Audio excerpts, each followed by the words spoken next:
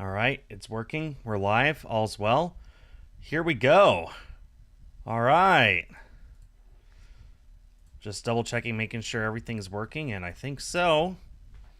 How's it going, YouTube? This is Skull, and welcome to my live stream covering the SpaceX Crew-4 rocket launch. Oh man, this is awesome. Hi, Luke Spiderboy. Hi, Shadow. Hi, Angus.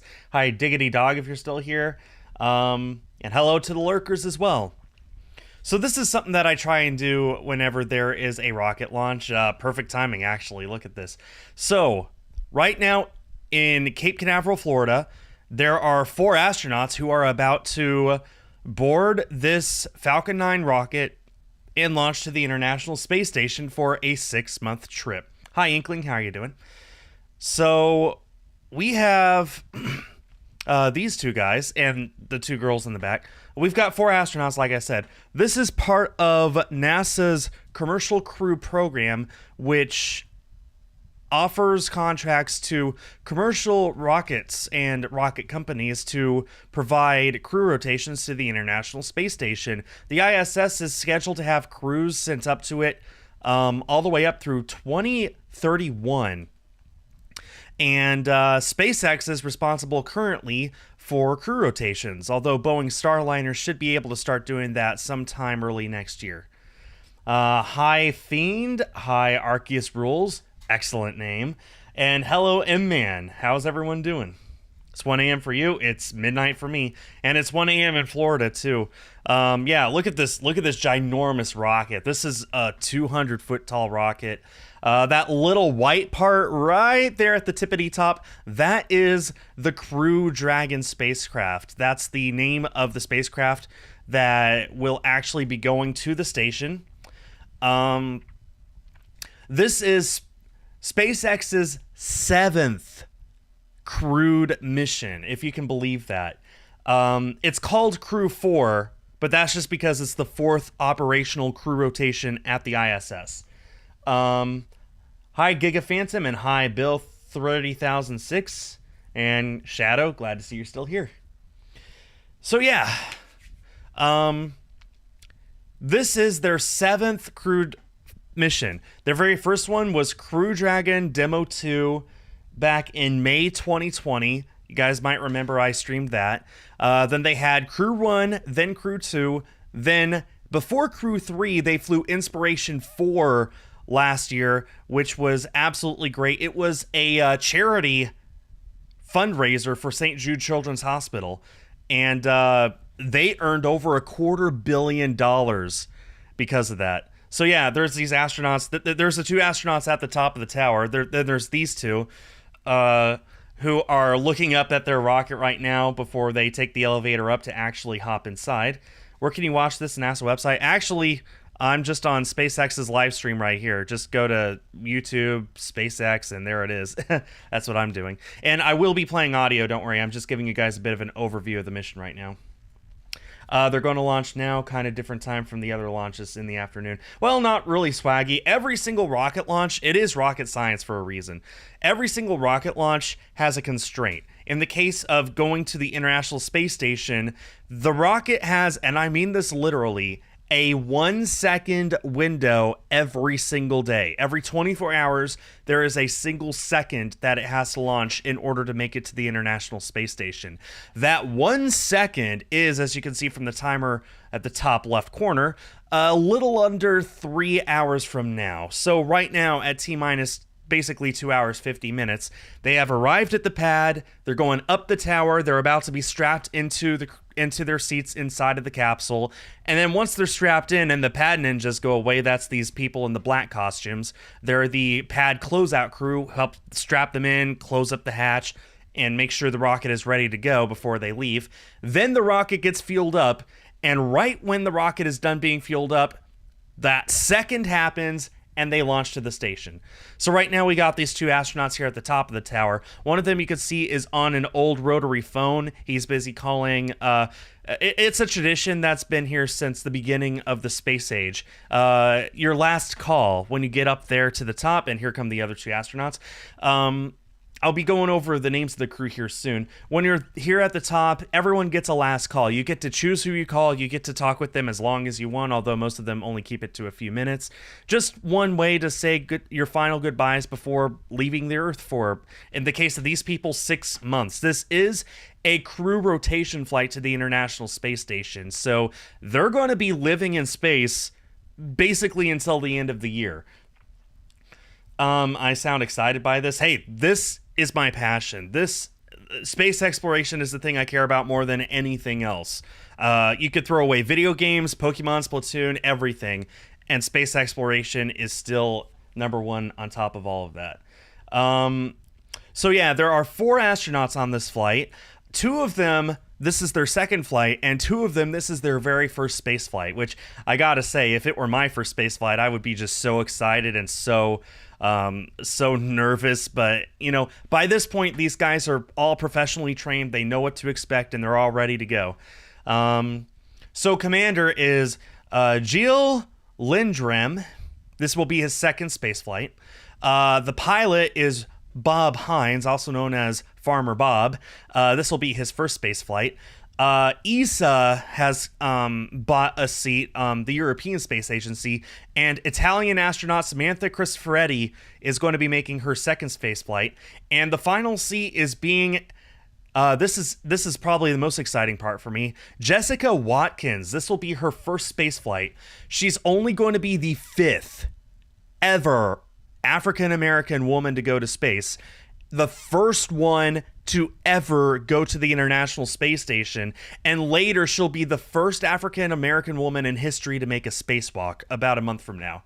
And I just think that's awesome. Representation is finally starting to catch up with NASA, and it's great to see. So yeah, those are the 4 astronauts. And as you can see here, they're busy making their phone calls. This access arm, this big white bar on the right side of the screen, that is the arm that connects the tower to the Dragon, to the Falcon 9 rocket with the Dragon on top. They're going down it right now, so they're about to, they're walking to the Dragon. Yeah, so won't they start collapsing possibly when they get back because they aren't used to normal gravity? They do think about that. When you come back, you are offered a stretcher and a lawn chair to sit in. They do think about that. When you're away from gravity for a while, your body needs a while to readjust. Yeah, they're walking down that arm right there. The big lit up arm right there in the center of the image. They're walking down that right now. Now it looks like Samantha's making her last call. Jessica's going to be making hers. So yeah, this is exciting. And I promise I'll turn back on the audio. There is some commentary going on right now. It was in 45 minutes and counting. But I'm busy just telling you guys my excitement. So yeah, okay, we got this view right here. Looks like Gel is busy looking at something, but you could see the spacecraft in the background. You see that hatch with the black seats inside? That is the spacecraft. Oh, he's going to... Okay, so this is a tradition that SpaceX has started. When you get to the end of the crew access arm, this is called the white room because it has to be white because it's going into space. It needs to be spotless. It needs to be as sanitary as a hospital room. So here at the end, this is the white room, and you can't see it because of the camera angle, but there is a big NASA logo, and every SpaceX astronaut who has flown into space for a NASA mission gets to sign their name here, and that's the very last thing they do before they board the Dragon capsule and strap in and get ready to go to space. So, yeah, signing your name right before you go to space is awesome. Now, there's actually 2 logos there. There's the big NASA logo, basically it's what I'm wearing on my shirt. And then there's a SpaceX logo separate from that. If you go to the station as a NASA astronaut, you sign your name by this. Something that SpaceX is pioneering, and I am super excited about, is private spaceflight. So far, SpaceX has flown 2 private missions that NASA had absolutely nothing to do with. The first one, like I said, was last year Inspiration 4, the charity fundraiser. And the second one was actually earlier this month, on April 7 or April 8. April 8, maybe? I forget. April 7 or 8. No, it was 8. Okay. Earlier this month, Axiom Space, which is another company altogether, sent 4 private astronauts to the station on a SpaceX rocket. So that was called Axiom Mission 1, and they got to sign their names beside it. So yeah, it's crazy. Like, private spaceflight is becoming a thing. It's huge. And it's not just SpaceX doing it. Blue Origin is doing it. You might have heard last year when William Shatner went into space, stuff like that. So private spaceflight is a thing now, and SpaceX is on top of it and pioneering it, and it's awesome, and it's exciting, and good. We're still streaming at 720p. Am I even going to try to go to space myself? Well, right now it's ridiculously expensive. The cheapest flight to space still costs $500,000. So I'd love to, but I need for the cost to come down first. Now, M-Man was asking, do they proofread their wills because how dangerous it is and stuff? It's actually not as dangerous as you might think. There have, of course, and sadly, been fatalities during space missions, but okay, there's the NASA logo that they're all signing their names beside, and there's the SpaceX logo that all the private astronauts signed their name beside. Okay.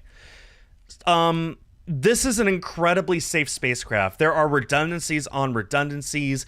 If the Falcon 9 were to blow up on the way up, the Dragon capsule, which is the part that the crew is actually inside, would be 100% safe. It has so many fail-safes and so many ways to save itself. It has extra parachutes when it lands, so in case one completely cuts away, it can still land safely.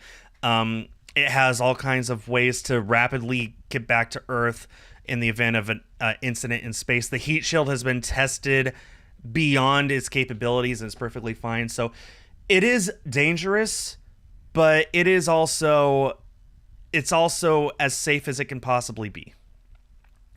So yeah, the crew right now are signing their names, and they are going to strap themselves into the capsule. Let's go ahead and start listening in so you don't have to listen to my dumb voice anymore. Towards the crew access arm as the closeout team does their work right there between Jessica. Guten Tag, Feeney. How are you doing? Ich bin kein Mädchen. That's the only thing I remember from German. It's pretty early or pretty late. Early? Nah, it's early where you are. Welcome to the stream. And hello to all the lurkers, and hello to anyone that I didn't say hello to by name. Addy Cat, I suppose I didn't say hi to. But anyone else who I didn't say hi to, hello. And customized. All right, let's check back in with our team at SpaceX headquarters in Hawthorne, California. Send it over to Jesse and Dan. Thanks, Daryl. It's really exciting to see the crew.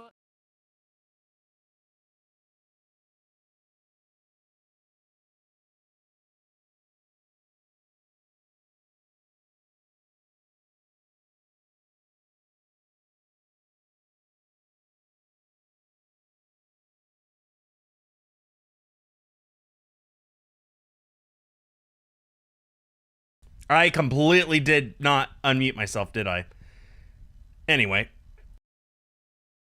Now they're ingressing the capsule, as Daryl said. We've got Jessica Watkins still out here in the White Room. White Room is kind of their last stop. I saw the Markiplier thing. That's the only thing that I said that was worth repeating. Seal that extends from the White Room around the capsule just to help keep the Dragon interior as clean of an environment as possible, keep out all the moisture, the humidity from that Florida weather. And so each of the crew members, they're doing the signing.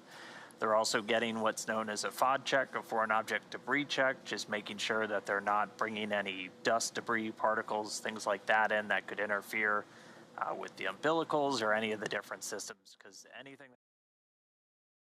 Okay, I unmuted myself this time. Hi, Cody. Do you believe that space travel has drastically changed over the last few decades since a lot of people remember Challenger? Yeah, Challenger was huge. Of course, I wasn't born when Challenger happened. I was alive when Columbia happened, and I remember that. I remember that very vividly, unfortunately. But yeah, space travel has changed incredibly. Every single spacecraft is so much safer now. I don't think NASA would even consider making a spacecraft like the shuttle anymore. That was just so dangerous. Let me put it this way. SpaceX did not exist when the shuttle program ended in 2011. They had not yet flown an orbital booster in 2011 when the shuttle ended. Now, here we are 11 years later. They're at the forefront of space. I mean, most people, if they don't know anything about space travel, at least know SpaceX. You know, not only are they making headlines practically every single week between their Falcon 9s being so reliable and reusable, this is in fact the fourth time that booster right there, that's the fourth time this thing has flown. It was previously flown for Crew-3 back in November. This is Crew-4. Not only do they have literally the most reliable rocket in history, or close to it, they also are working on Starship down in Texas, and they're also working on their Starlink internet, which is going to revolutionize internet. I cannot emphasize that enough. Satellite-based internet is going to revolutionize internet just as much as DSL over dial-up, if not more so. It's that big of a jump. So, yeah, I do think that space has drastically changed, and I do think it's changed for the better. And now we have dozens of private companies making spacecraft, competing for each other, bringing costs down, innovating technology in a way that was impossible before. And all this within the last 10 years. Private spaceflight practically didn't exist when the shuttle was going. As soon as the shuttle ended, NASA's like, okay, let's let the commercial people do their thing. Now we have SpaceX. Now we have Boeing. Now we have Blue Origin. Now we have Virgin Galactic. We got so many private space companies. So yeah, it's definitely different, and I think that it's different for the better. All four of the crew, as you can see now, are sitting in their seats. They're busy getting strapped in. They're getting there. So yeah, as is tradition, I have the mission patch for this mission. I can get it about that close to the camera. Maybe. Okay. As you can see, it is a dragonfly. It's a dragonfly going into space. There's a little 4 there in the top center. The names of the crew all around it. And as soon as this reaches space, as is tradition, I have this picture frame with the words on top that say currently in space. So I will put it in the frame and set the frame in my room as a constant reminder to me of whichever mission is in space right now. And as I said earlier, this is a crew rotation mission. This is Crew-4. They will be replacing Crew-3. Crew-3 is still at the station right now. Once Crew-4 arrives tomorrow, Crew-3 is going to be undocking and then landing the day after that. So that's how that goes. Cody, they've been very quiet about how their countdown procedure goes. But I do know that they've streamlined it so much that the last time that we had a technical related delay was, I'd like to say, like 2 or 3 years ago that I remember. Usually they get the kinks all worked out before they initiate the countdown. Can't wait for the lunar vloggers. Oh yeah, I mean, that's another thing. The next lunar lander, the next machine that will land people on the moon will be a SpaceX Starship. That is basically set in stone at this point, which is just crazy to think about. That's another thing that SpaceX has going for them. Do I think there will be a spaceship for regular passengers in the future? Yes, I do, Luke, and I think we're heading in that direction. Right now, you can buy a ticket to space for as little as about $450,000. It's a lot of money, but it is possible. And the more companies start offering that kind of trip, the more they're going to compete to make the technology cheaper so they can get more people to buy into it, which means it might just be possible one day for average people to buy a trip to space like you would buy a trip to Disney World. It wouldn't be the cheapest thing in the world, but it would be doable if you just save up for it. That is what I believe. Throughout the entire mission, And they're also going to do a communication check with a couple of other of the key team members. One, the SpaceX mission director, who here in Hawthorne has the overall authority for the mission, and also the SpaceX launch, or LD, who's overseeing. Fun fact about these suits, they are all tailor-made to each astronaut.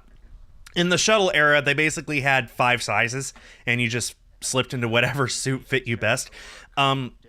No, SpaceX has each and every one of these suits tailor-made to the wearer. All the way down to like the size of your fingers to tailor-make the gloves. That is how nice they are. Speaking of spacesuits, a mission that was announced earlier that will be happening later this year, planned, will be the first private spacewalk. The guy in charge of Inspiration 4, Jared Isaacman, he bought the first flight, Inspiration 4. He's bought 3 future flights for what he is calling the Polaris program. Polaris being the name of the North Star. The first one, Polaris Dawn, which is aimed to launch later this year, will perform the world's first private spacewalk using a suit very similar to these. Not these themselves. These are not good for the vacuum of space, but they are good for unexpected depressurizations inside the capsule. There will eventually be a suit similar to this that you could open up the hatch and just float out into space and come back in. That will be happening later this year, and I really am excited for that. What exactly got me into space? That is such a good question. Honestly, I saw Apollo 13 when I was 12, and I was kind of hooked. I watched it, and I thought, oh, this is a typical science fiction film. Then I found out, no, it's based on a true story. I'm like, what? Really? And it's an adaptation of a book written by the astronaut that movie focuses on, the Tom Hanks character. So I got the book from the library and read it, and I came to realize, wow, this was real? This is exciting stuff. And this guy was one of the first people to go to the moon? And I read that book on Apollo 8, and over the course of maybe 3 to 6 months, I just fell in love with space history. And as I've grown up, I've tried to just invest as much time and energy as I can into the space exploration. I'm now pretty knowledgeable, and I'm so fortunate that I've been able to meet astronauts and presidents of companies and engineers and people who helped build the moon machines, and I'm so fortunate that I've been able to get into all of that, and be able to go places and see things that most other people could only dream of. And yeah, hopefully one day I will go to space, Nick. I've never been to space myself. Only about 600 people ever have been to space. 600. It's becoming more and more accessible. Right now, it's not accessible to me, but I really do hope that one day I get to go, because, oh man, I would absolutely, that would be a dream come true. That's my ultimate dream, is to go to space. Hopefully one day. Will I vlog going to space if I ever do go to space? Yes. Where you could do it on the web when we did Demo 2 about 2 years ago. And it's very similar. They use that touchscreen to take control and command Dragon if required. Again, the flight designed to be autonomous the whole way, but those touchscreens can be used should the crew need to step in. Both Kjell Lindgren and Bob Hines, both trained, both capable to jump in and pilot Dragon. And there's also a row of buttons. You can just see them at the top of your screen that sit below those touch screens. Those are hardline buttons to a couple of just really critical items. If you need to basically hit them immediately. I did it again, didn't I? Initiating a deorbit, suppressing fire. I'm just going to leave myself unmuted, and whatever sounds I end up making while I drink this, you're just going to have to deal with it, because that's the second time I've done that. Okay, this is the 7th crewed SpaceX flight. Let me just say that again. Can you hear me now? Their very first one was Demo 2 in May 2020. It is now April 2022. That's 7 crewed flights in less than 2 years. I don't know if NASA ever got a cadence that fast. They might have, but I don't remember if they did. If they did, it was during Gemini. Coming up in just a couple of minutes. So again, It might have been during the early shuttle, actually. Anyway, but like 7 flights. they're going to do leak checks. That's just insane. This is actually their 4th Crew Dragon capsule. They have 3 others that they've been using over and over and over. Their first one was Endeavor, their second one was Resilience, and their third one was Endurance, which is currently up there at the station. This new Crew Dragon, that little white cap thing you see at the top of the rocket, that's where they're inside right now, that is Crew Dragon Freedom. Got some really cool Ukraine may or may not have something to do with that. I actually don't know for sure. Anyway, being an astronaut's takes a lot more than just having knowledge of space, Nick. You need to be a human guinea pig more than anything, actually. But yeah, there we go. Crew Dragon Freedom right there, center of the image. We have 4 humans strapped inside right now, only about 2.5 hours away from leaving Earth for half a year. What a beautiful helicopter view, man. That is so good. Like, say what you want about SpaceX, at least they know how to put on a show. At least, like, NASA never gives us helicopter views like this. Do you think we'll ever get pilotable starships like in Star Wars? You know, it's funny you should ask that, Luke. The Dragon is completely pilotable. It's designed to be completely autonomous, meaning it can fly itself, but any one of these 4 crew can take over in an emergency. They're all trained to do it. It is completely flyable if you so wish to do it manually. But it's all automatic, and thus far, pretty much every single mission has gone flawlessly, so there's no need for the crew to take over. What's the longest time people have ever stayed in space? I actually don't remember his name because it's Russian.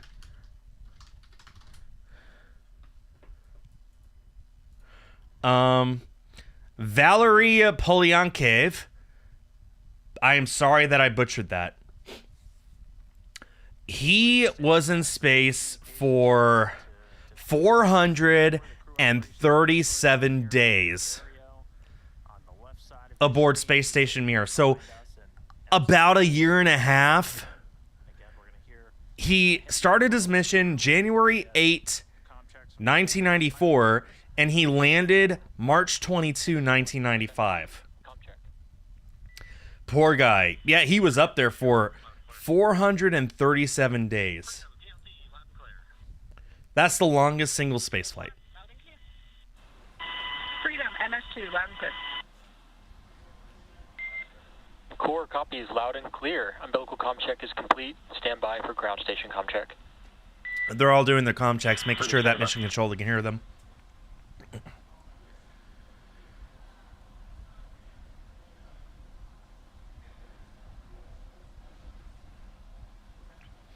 Why are they on the rocket ship when it doesn't take off for another 2 hours? It takes a long time to properly get set up inside of this. They not only need to get in there and sit down and get strapped in, that's the easy part. They need to then close the hatch, seal it up, which takes like 10-15 minutes. Then they have to pressurize the inside of the capsule to make sure that there's no leaks, because if the hatch has leaks in it, that's a very bad. So they gotta close the hatch, they gotta do leak checks, they gotta make sure that everything's ready to go, that there's no problems. Then the people who got them into the capsule have to leave. Like, they get into cars and drive away as far as they can. And then they start fueling up the rocket. The rocket takes about an hour to fuel. So they've got to make sure everything's ready for it to fuel. Fuel is expensive, and this is ridiculously cold fuel.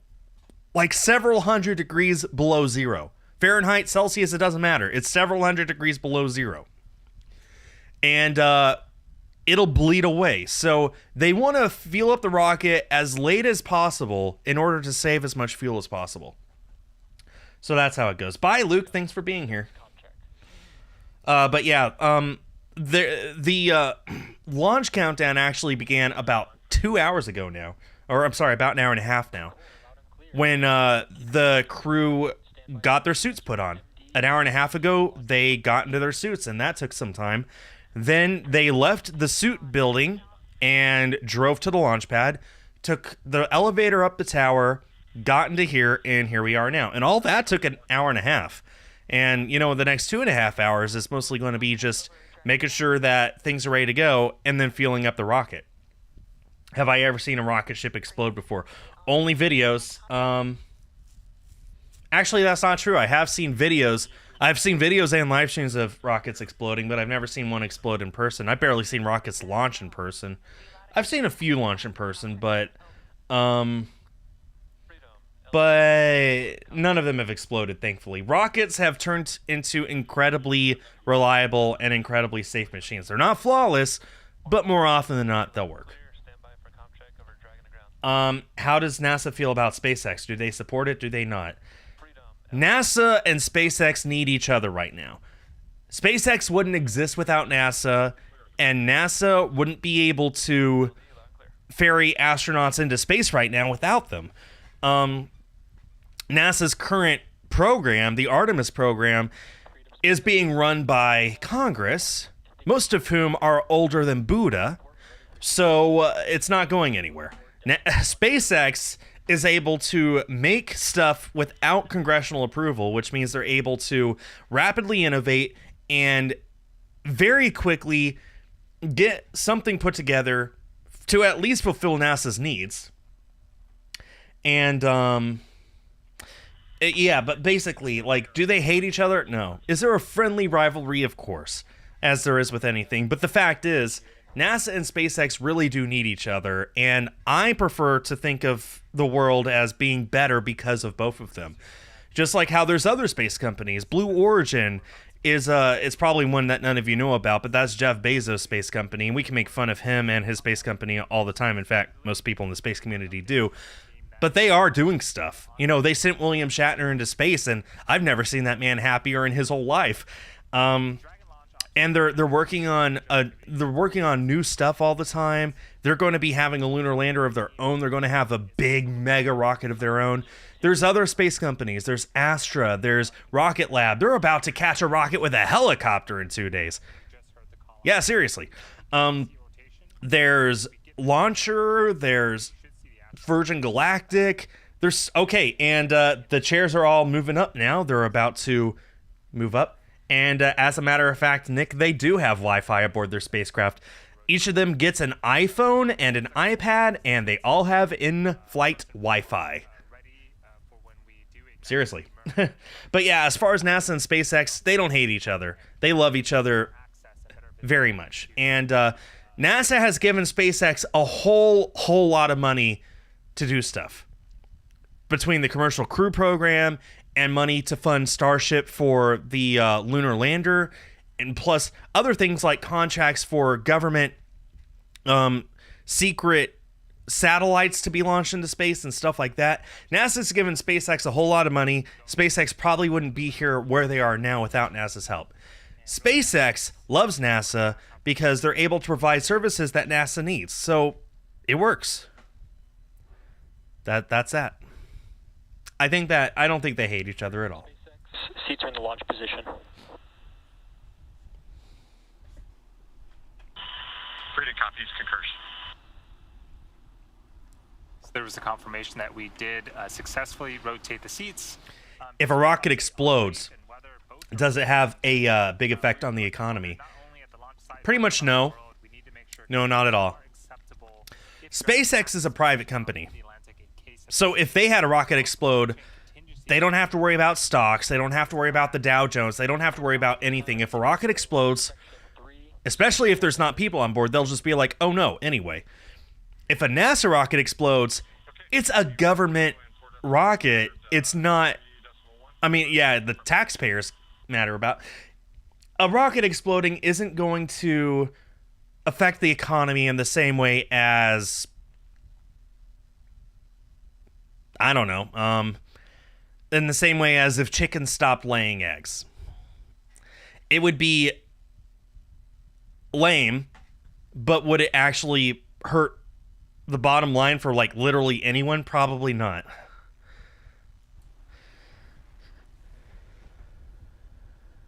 teams are getting ready to start those leak checks on the spacesuits. Oh, that's a good question, Nick. If I went to space, how many days or years would I like to spend in space? I wouldn't want to spend years. I think if I did go to space, I'd be happy with just a few days. Maybe a week. Axe 1 was up there for 12 days, and that was a little too long for me. Like, I really do think that I would enjoy it most if I were in space for 7 to 10 days. That's how long I'd like to be there. Hey, thanks and welcome to the International Space Station's Flight Control Room This is in here Houston. Mission Control Houston.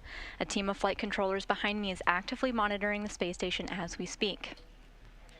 The crew in orbit has completed a number of tasks to prepare the station for Crew-4, like setting up tools to monitor Dragon's arrival and prepping the leap stations for Crew-4.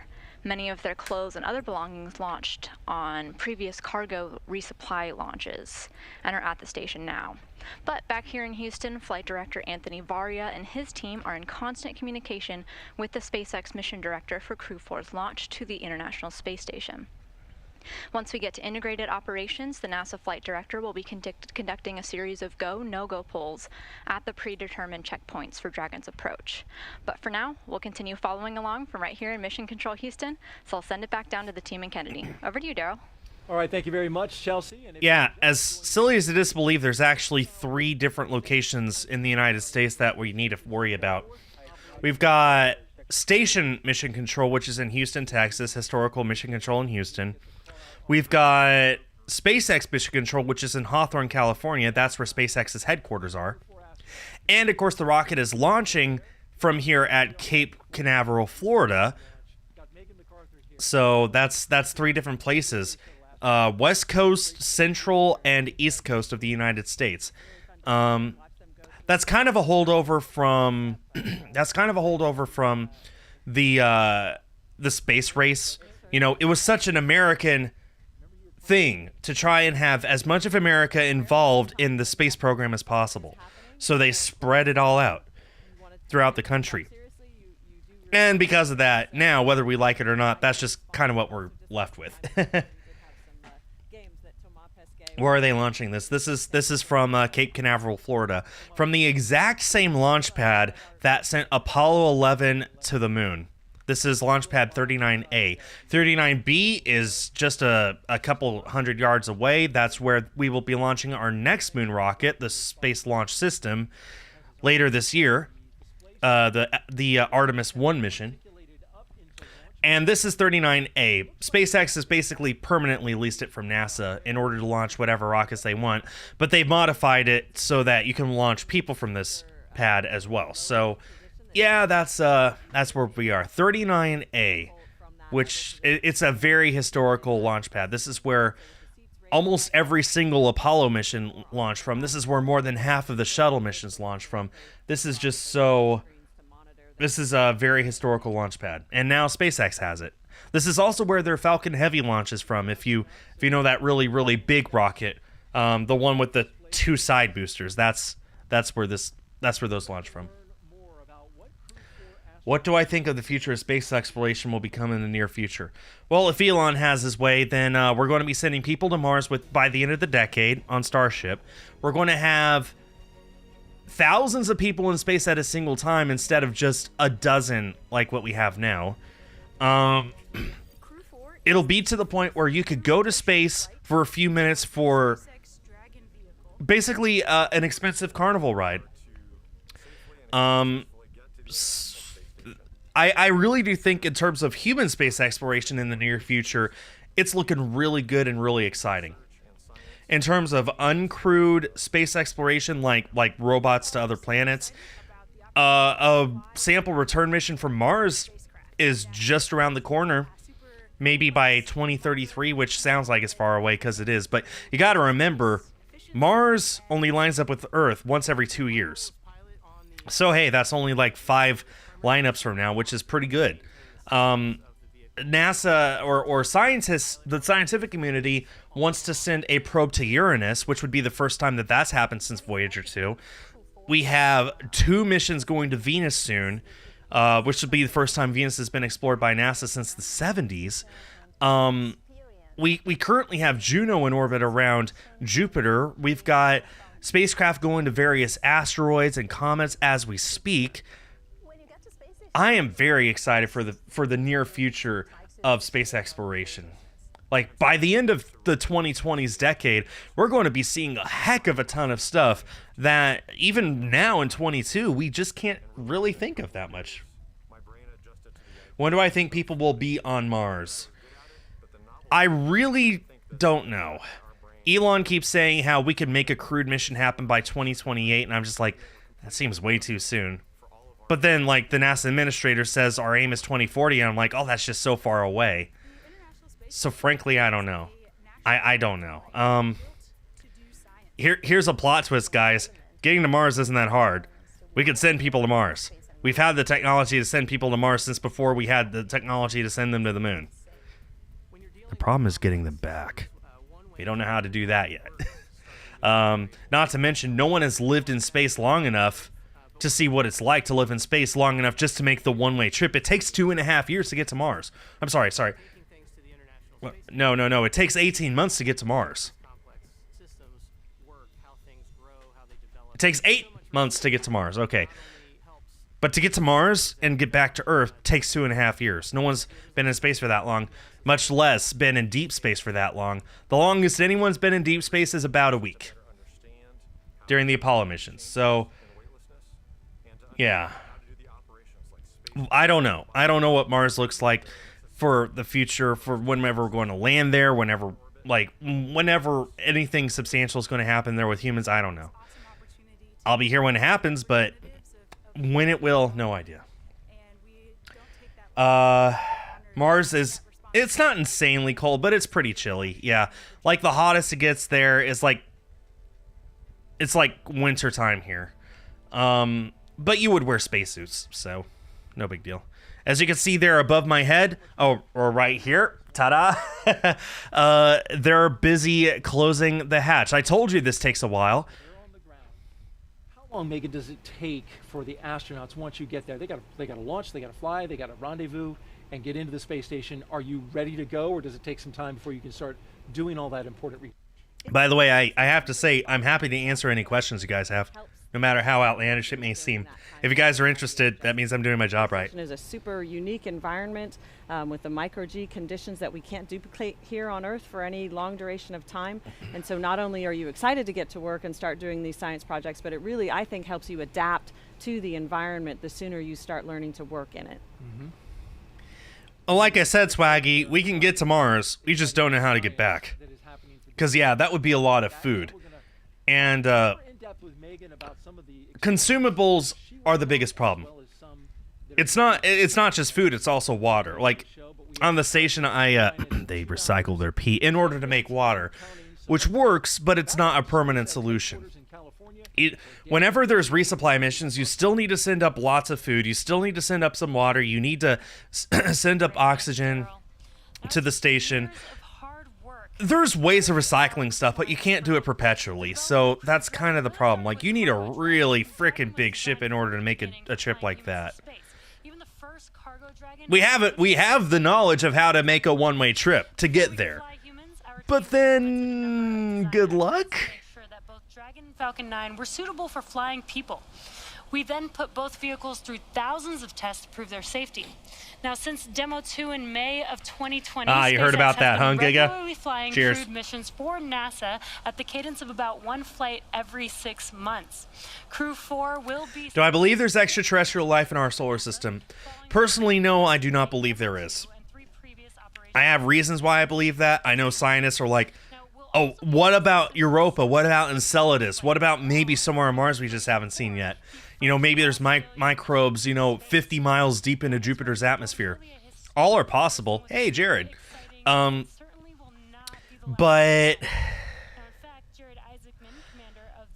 do I personally believe there is life in our solar system beyond Earth? No, I do not. And I don't believe there ever has been.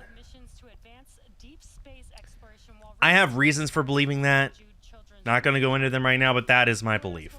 I do believe life exists outside of our solar system. I do believe that there is life elsewhere in the universe, maybe even within our galaxy, but in our solar system specifically, no, I do not.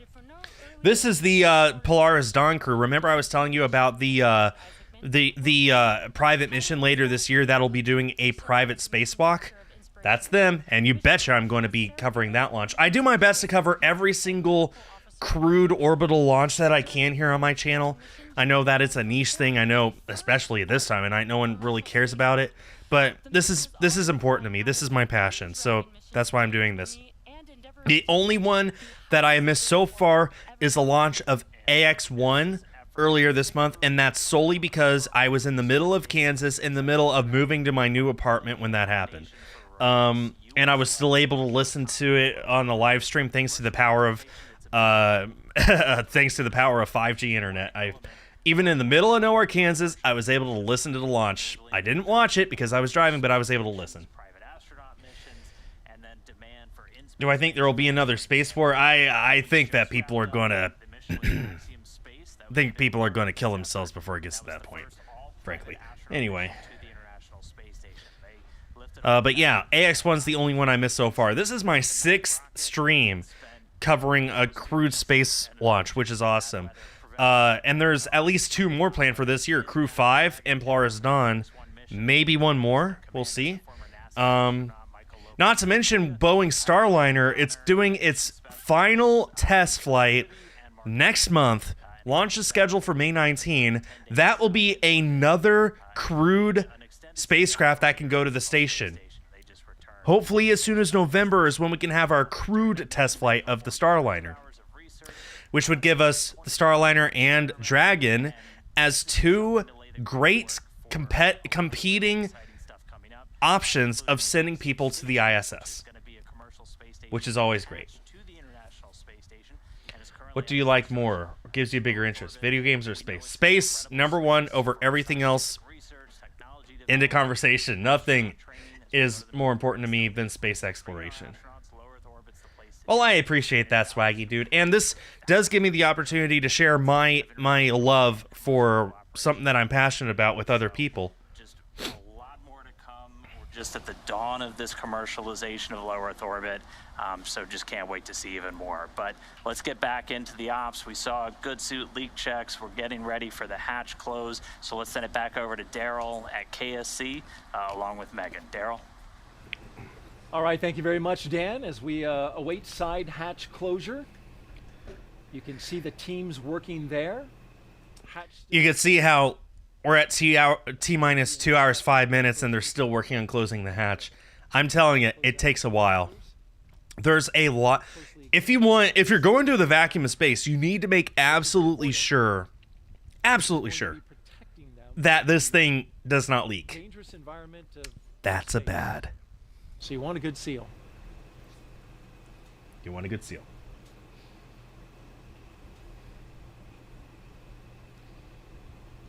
And as we await for them to continue their work. You got to remember, they're on top of the Falcon 9 rocket. That's a 220-foot tall rocket. They're currently about 25 stories above the ground. It doesn't look like it, does it?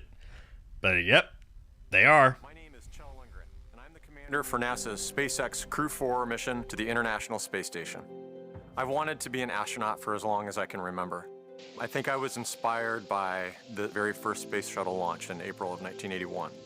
And that, I think, is really when this dream was just burned into my consciousness. It was an absolute honor to get selected for the Crew-4 mission. And on top of that, to have the opportunity to command. Getting to fly with this amazing crew, with Farmer and Samantha and Waddy, they are incredible astronauts, and I feel very grateful to be on a team with them. But we're one small part of a larger team that spans the nation and the world. We truly get to leverage the best and brightest as we chase somewhat impossible goals.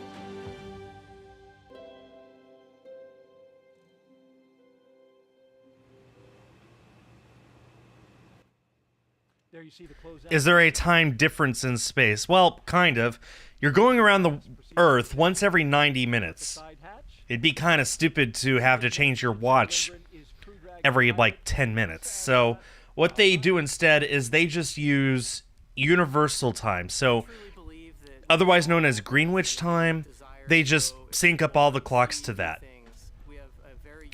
Later, Twisted. Thanks for being here. Do you think you can get jet lag? No, not really, but time dilation is a thing. When you go into space, you become about a half-second younger. That's the simple way of putting it. Like, if you've ever seen Interstellar, you might get an understanding of what I'm talking about, but yeah. No, jet lag isn't really a thing. You might get motion sick because your inner ear is used to gravity and suddenly there's no gravity. But you could just take an anti-nausea pill, and regardless, after you've been in space for 3 or 4 days, you get over it. On launch day, I am 100% most looking forward to the kick in the pants when those rocket motors light and we are heading off the launch pad.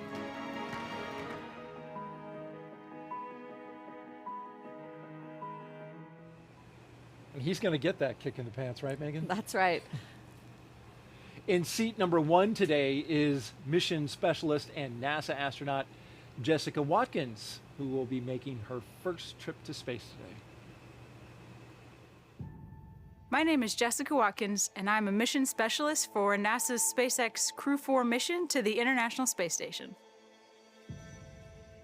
The opportunity to be the first Black woman on an International Space Station long-duration crew is exciting. It certainly is important to me and impactful to me to be able to be a part of the legacy that so many before me have paved the way to enable me to be here now. As much as I can be a small part of that legacy, I'm honored to have the opportunity. Being selected to be a part of this Crew-4 mission is truly an honor. We get this awesome opportunity to be representatives of humanity, and we don't take that lightly. We're super honored to have that responsibility and are excited about sharing the journey with all of you. Do I think they're nervous? They might be a little nervous, but they're all fully trained and fully prepared for this flight. Even the rookies, even if it's their first time in space, I'm sure that they're just as prepared to go as the people who on this flight. There's only people who've either been in space once or not at all. But you know, there's other flights where this is like their 5th trip into space, or even 6th. There's one person who made 7 trips into space, and I'm sure each of them is as prepared for the trip, no matter if it's their 1st or their 7th flight. I started dreaming about becoming an astronaut pretty early on. I was still in elementary school. And the astronaut job is really very much about this broad spectrum of things that you have to master rather than being a specialist that has mastered one thing. In 2014, I had the opportunity of flying to space for the first time, and I spent 200 days on the International Space Station. Getting selected for Crew-4 was amazing because it's an opportunity to experience again being part of that very, very special life up there in this outpost of humanity in space.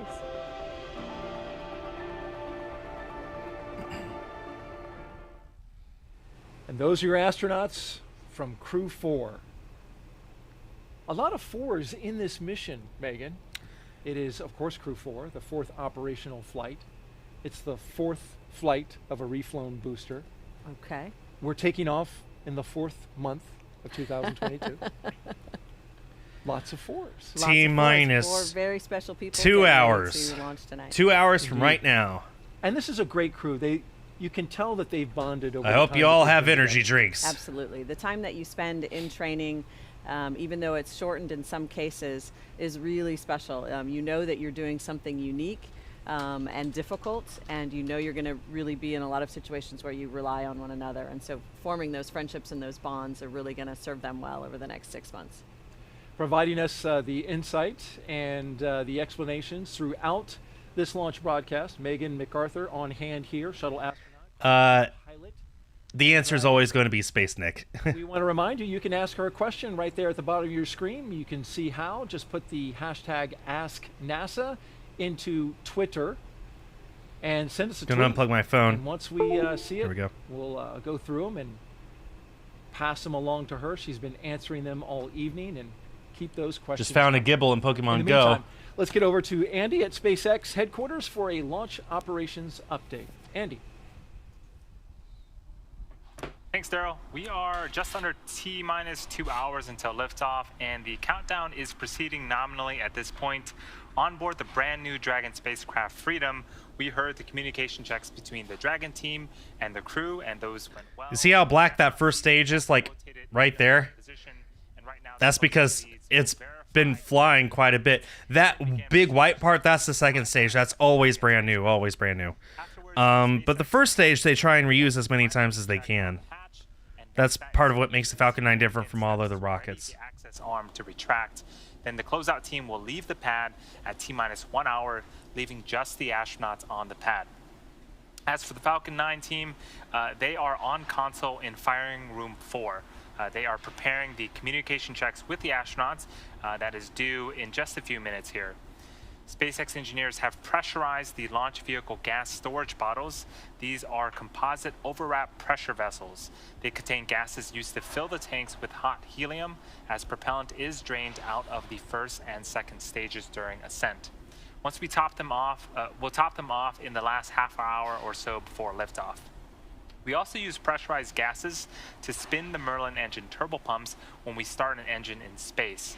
The second stage MVAC engine starts up after the first stage separates, and the first stage engines need to be restarted for its landing sequences. The gases are also used for attitude control systems, which helps with vehicle orientation, and for deploying the grid fins and landing legs.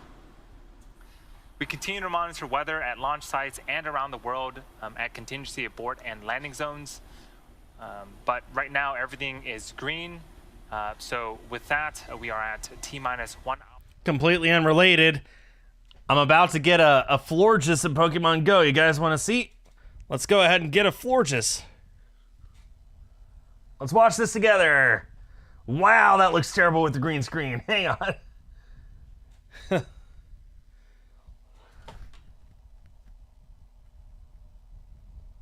Completely unrelated, but definitely necessary. That looks awful. There we go. Florges has been added to my Pokedex. Close that side hatch with the 4 crew astronauts inside. Let's take a little moment to take some more questions from social media. And there you see a question up on your screen. The question is, hi, Megan, Mr. L. How are you would doing? Describe the first moments after arriving to the space station. Well, it's such a magical moment, in fact, once the hatches are opened and you finally get to come through. For me, having worked, around the space. Oh yeah, Matt, I'm a hardcore Pokemon Go player. Like, that just got me my my gold medal in Kalos. That was my 50th Pokemon. Yeah, I'm a hardcore Pokemon Go player. I love it a lot. Lots of smiles. Hit the wrong button. And it just, that you find. And you're seeing astronauts that you used to train with, that you know well. It's like coming over to their house. Absolutely, yeah. It's space. kind of like your long lost friends. I think I teared up a little bit when I saw my friend Shannon. Big hug, and you kind of get, you pass around, everybody hugs everybody, and you're still learning to move in that environment too. So you notice the people who have just arrived because they go to hug, and then their whole body, sort of swings by the person that's more. This is Megan MacArthur. She launched into space about a year ago aboard Crew-4. Watch those first few moments. Slinging. She's clearly back now. International Space That's Station. right. There's a lot of joy. That's great. Great question. Thank you very much for that one. And Go for Space Launch asks, how long will the Crew-4 and Crew-3 astronauts be on the space station together? Not long. Well, that's a great question. So this is what we call a direct handover, meaning that the Crew-4 astronauts will arrive and spend several days with the Crew-3 astronauts before we check the weather and make sure it's okay for the Crew-3 astronauts to come home. So typically that's designed to be about 4 or 5 days, but it will of course depend on the weather conditions. They're going to be looking for good weather to bring home the Crew-3 astronauts safely. Now, you didn't get to hand over with the crew that followed you. With Crew-3, no, we did not. But there's a reason you pass along a lot of knowledge and experience, yes. On to them. Handover is really, really important between crews. There's so much that you can learn, from the books, if you will, or from the simulation, but there's so much more that you're going to learn in the real environment. They're still busy closing a hatch. This is why they board the spacecraft so early on. It's just because it takes this long to get everything set. So they did a leak check in the suits first to make sure all the suits are holding pressure. Now they're working on closing up the hatch, and then they'll perform a leak check for the capsule itself. What's my best Pokemon? Well, in Pokemon Go, I don't know. I don't know what the definition of best is. Like, my highest CP is slacking, but that's not the one I like to bring to raids. Probably my shiny Gyarados, because it has 2 really fast moves. That's a great question. So individual crews might have their own specific pre-launch traditions. And so spending time at the beach house here at Kennedy Space Center with your loved ones is a big part of that tradition. For my family, we were able to go boogie boarding. We had some nice weather, spend some time at the beach. That was a really great tradition. Other traditions that are more common have to do with things we touched on earlier, putting your zap or putting your crew sticker in certain places, signing those things, and they'll do that on board. Also, real quick, guys, I know we don't have many people watching right now. I'm sure that the time of day has something to do with that, but thank you all so much if you're here. Especially shout out to the lurkers. It really means a lot to see you guys here. Even if it's just a few of you, it means a lot that I'm able to share something that I'm passionate about and that other people are here to watch it with me. Thank you all so much.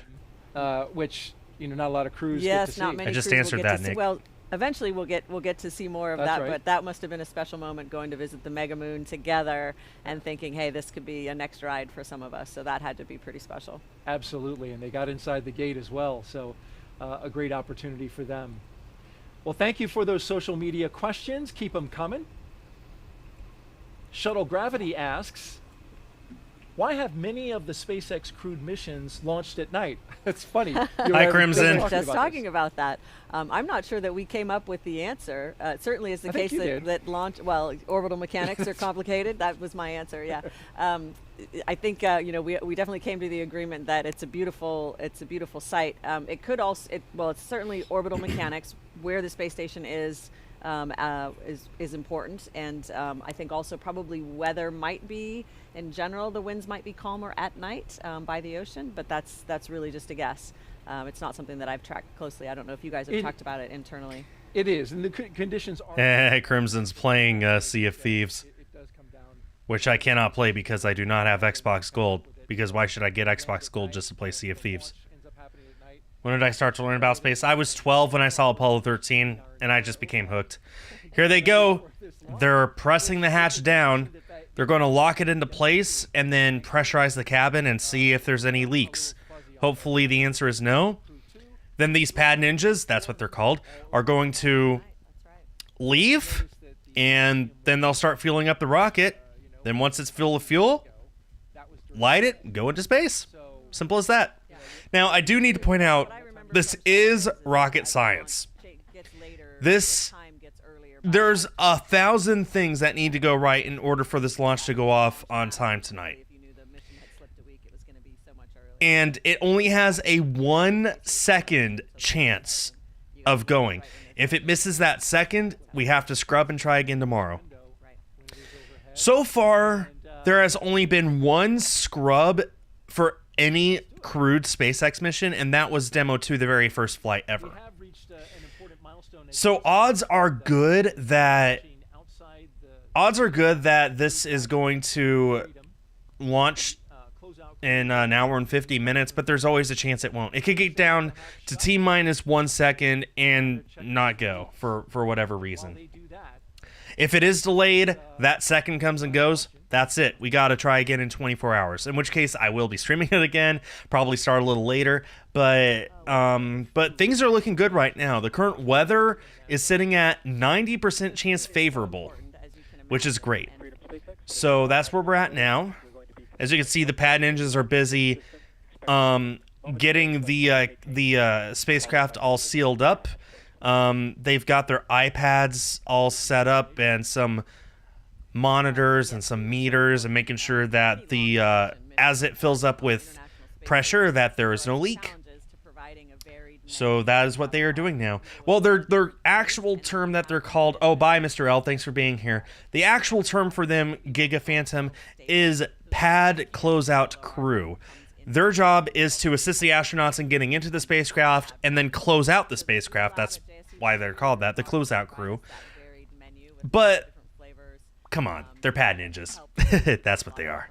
And so my personal favorites, I liked the mango Later, fruit Nick. Thanks for salad being here. and, Hope I was able to answer chicken your pineapple questions. salad for a nice little bistro lunch with some tomato basil soup on the side. Those were some of my favorites. But a nice broad menu for lots of different taste buds. You are making me hungry.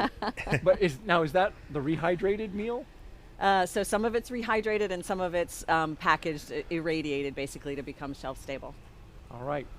Well, thank you very much, Megan, for taking those questions, and thank you to the audience for sending them in. We'll keep taking them as long as we're counting down here, and we've got about an hour and 48 minutes left in the launch, and then only an hour until the pad team wraps up its final checks and clears the white room.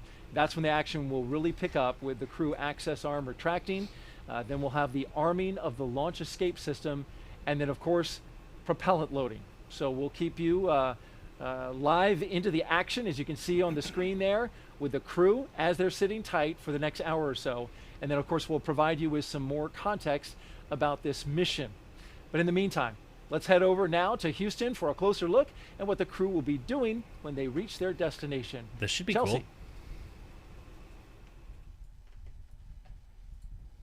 Hey, thanks, Daryl. When Crew-4 arrives at the space station tonight, they'll officially become Expedition 67 flight engineers. Once on board, they'll do something known as a direct handover, just like what astronaut Megan MacArthur was talking about, basically saying that Crew-3 and Crew-4 will be aboard the space station all together until Crew-3 comes home sometime next week. Crew-3 will be able to give Crew-4 an orientation, show them the ropes, which might be particularly helpful for first-time space flyers Jessica Watkins and Bob Hines. A direct handover also helps ensure a continuous U.S. How long does the closing of the hatch take? The crew were strapped in about 45 minutes ago, and they're still working on closing the hatch, so it takes a while. But I think the actual hatch itself closing takes maybe 10 to 15 minutes. It's not too long. They just gotta close it, put a little bit of extra air pressure inside the cabin, make sure that maintains that, and yeah. But it takes about 10 to 15 minutes. It is. It's incredible. I've been working in the industry for 30 years, and here I am, the first launch at Kennedy. That's so exciting. And you're going to watch Samantha Cristoforetti's second trip to the International Space Station once she launches from here. When she gets there, she'll be working on a lot of science experiments, right?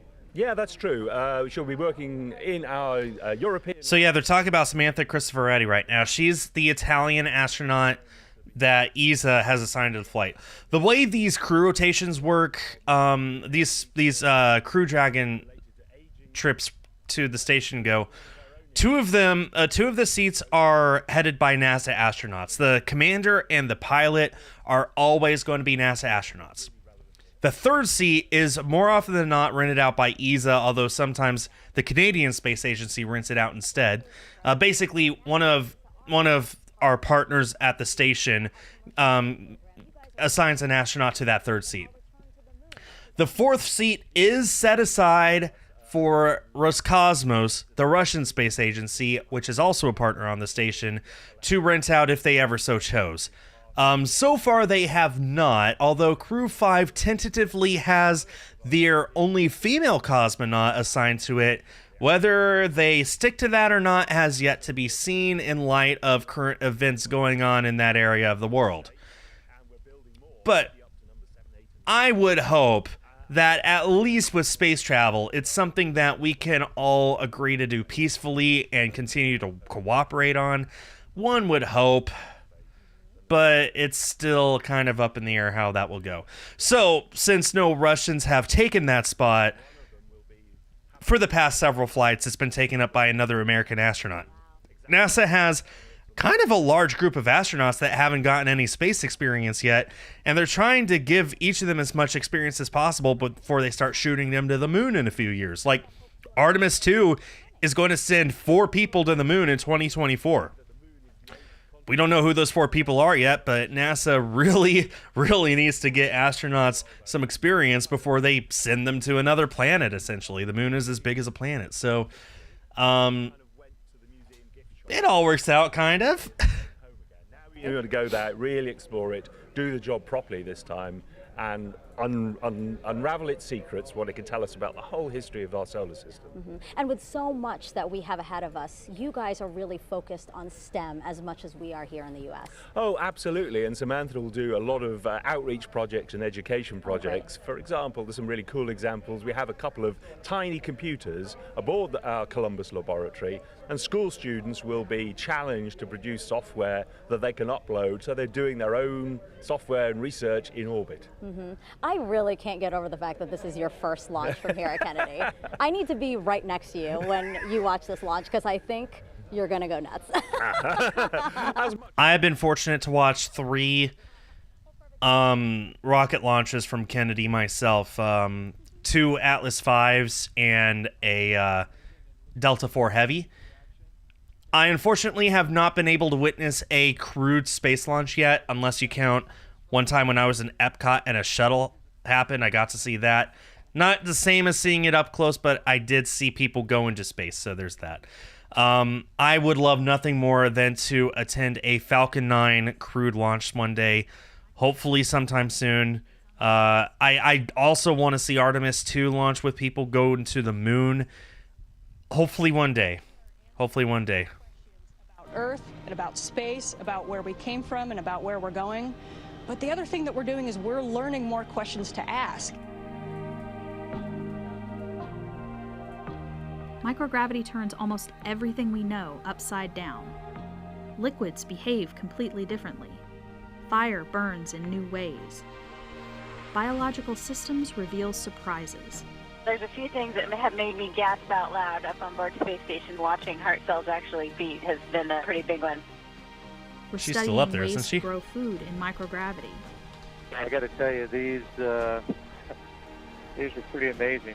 We're learning Oh, how no, human someone bodies else. react to life in space, and how to keep crew members safe and strong on long-duration exploration missions.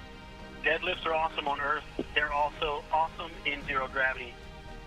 We're testing technologies that will be critical to our return to the moon and Great Leap to Mars. Our research has contributed to medical and social benefits on our home planet, allowing us to find new ways to combat disease back on Earth and develop technologies to deliver clean water to remote communities in need. The spectacular vantage point of more than 200 miles above our planet supports our monitoring of Earth's climate, natural disasters, and plant life. Our planet Earth is absolutely stunning. To me, it doesn't matter where we are in the world, I just see beauty in different ways. The growing new space economy, so vital to our continued progress in space, is flourishing in low Earth orbit. We're inspiring future generations from a platform that is one of the largest international collaborations of our time. We're doing science at 17,500 miles per hour. Come along for the ride.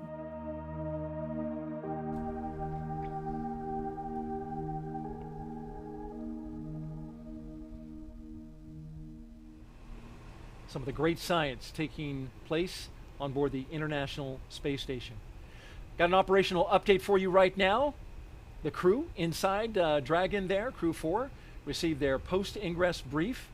The teams are tracking no issues at this moment. They also just completed communications checks with the key members of the Falcon 9 launch team. And now we are standing by for side hatch leak check completion. As you can see there on your screen, that is happening. Yeah, there. I mean, the reason I'm not talking right now is just there's not much to say. I feel like the stream's doing a good job discussing what's going on themselves. We're just waiting on the pad ninjas to finish the leak check, and then they're gonna ditch the pad, and once they're safe distance away, they're going to start fueling up the rocket. That's a process that takes a little under an hour. Cape Canaveral, and I remember what you looked like then, and I see you now, and I'm just curious, did you get a haircut? And if so, how did you cut your hair in space? Yeah, so we've done a few haircuts. We use clippers with a vacuum hose attached to it, and so I can do about the front half of my head, basically just in the mirror, and then usually use a crewmate to do the back side of my head. Hey, I can't help but notice you've got an inflatable globe there attached to your leg, and I'm wondering what that's for. That is, in case you have any questions about the Earth, since oftentimes people are curious about whether we can watch the launch and or see the orbital insertion. So obviously they'll be launching out of the Cape. Based on where we're at, hopefully Hi we'll again, have a Luke. decent view. And as long as we're on at least the half of the Earth that can view the Cape, we might get a chance to see the rocket plume and maybe the insertion into orbit, but it's always kind of dependent on atmospheric conditions and where exactly we are in the orbit in relation to their launch. We're getting ready to send Crew-4 to you. How are you getting ready for their arrival? Well, it's funny you asked, because actually just yesterday we caught the visiting vehicle Cygnus, the SS Pierce Sellers, and brought it on board the space station. And on board that space vehicle is a whole bunch of supplies for Crew-4. So yesterday evening and today we've actually been unpacking it, and part of the supplies that it's brought up are food, clothes, and other items for Crew-4. So we've been starting to distribute those around the station, pre-position them for them, and then when it gets closer in time to them showing up, we'll actually start to unpack those bags and set up their crew quarters for them. So, fun fact, we often say how astronauts are in zero gravity. That's not actually entirely true. They're in microgravity. The difference is, you can think of it like this. The cat is scratching at my door. Okay. When you're in orbit around the Earth, you're constantly falling towards the Earth. Constantly, like nonstop. But you're also missing the Earth because you're going so fast. You miss the Earth, and then the Earth's gravity pulls you back, and you miss it again, and that's an orbit. You're just perpetually missing the Earth. So you're constantly in a free fall around the Earth. You and everything else that you're with.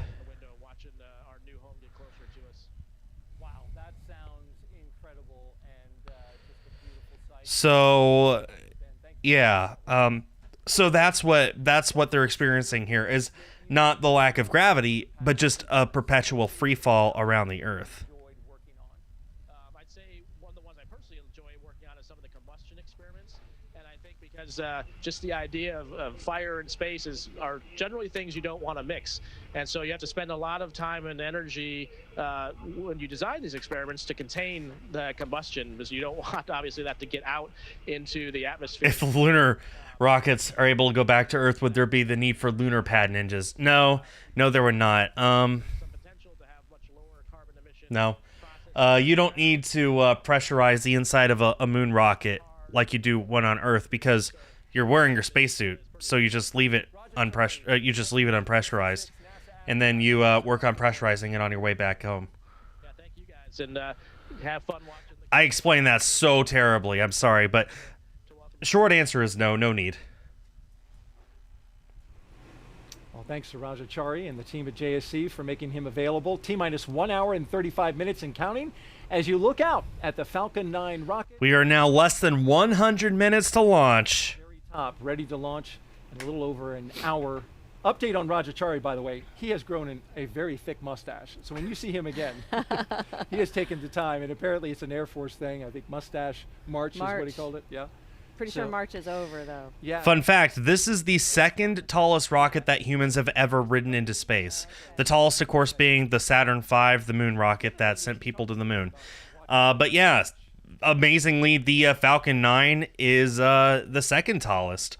Of course, Starship and SLS are both taller than Falcon 9, and we're going to see both of them hopefully reach orbit later this year.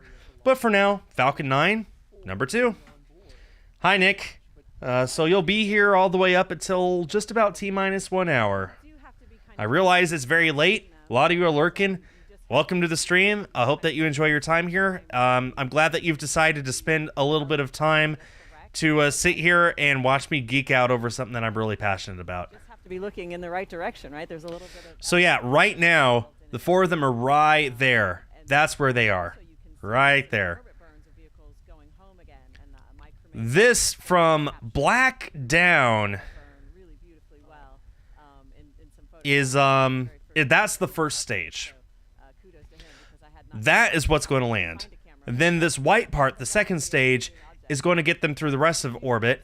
And then the black part up there, that's called the trunk. That's where all the cargo goes.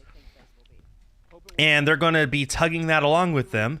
And then that white part at the top, that's the Crew Dragon Freedom, this right here. That's going to be their home. And I want to take a look back and take you back down memory lane. Oh, yes. Remember that? Yes.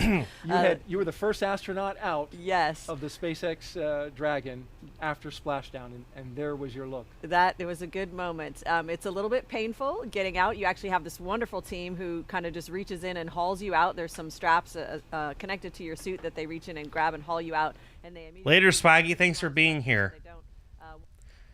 Trying to walk around. Everything kind of hurts at that point. Your back hurts and everything else. I was really grateful that I felt well. I did not feel any motion sickness or anything like that. I was just really happy to see. I think I'm seeing Shannon Walker down the end of the hall there. So I'm getting a big smile for my friend. Shannon Walker, one of our What is this crew mission called? This is called Crew-4. That is the name of it. Crew-4. You can see it in the title of the stream. This is the mission patch. It's a dragonfly. You could probably just make out the 4 right there. That's the name of the mission, is Crew-4, because it's the 4th operational crew rotation flight of the commercial crew program under NASA. With NASA's commercial crew program. Jessica, it's so great to have you here. Oh, thank you for having me. So this is where you will be on launch day, inside one of the launch control centers here at Cape Canaveral Space Force Station. But you're Crew-3 mission manager. How are you involved in Crew-4? Oh, well, that's correct. I'm the Crew. What do they hope to accomplish on this mission? Well, science. Their jobs for the next 6 months is going to be doing science in space on board the International Space Station. A wide variety of stuff, but it's never really set in stone. They just sort of figure it out as they go, which is completely not true. I think they have some kind of science that they've disclosed to the public, but I think most of it is just generic, what happens when you do this in space or stuff like that. So, but yeah, that's the whole point of the International Space Station. It is a science laboratory. So they're accomplishing science. Is this trip important? Well, I'd like to think that any trip to space is important. It's all the International Space Station is scheduled to have people constantly on board until at least 2031, which is 9 years from now, basically 10 years from now. And there's already been people living up there since 2001, which was over 20 years ago. So most of it is just learning how space works, because we still don't know much about it. Well, it is important because I need Crew-3. Where are they going to space? They're going to the International Space Station. It's if you don't know what that is, then sorry. It orbits around the Earth once every 90 minutes, and it's the size of a football field, an American football field. It's about 100 meters across. It's huge.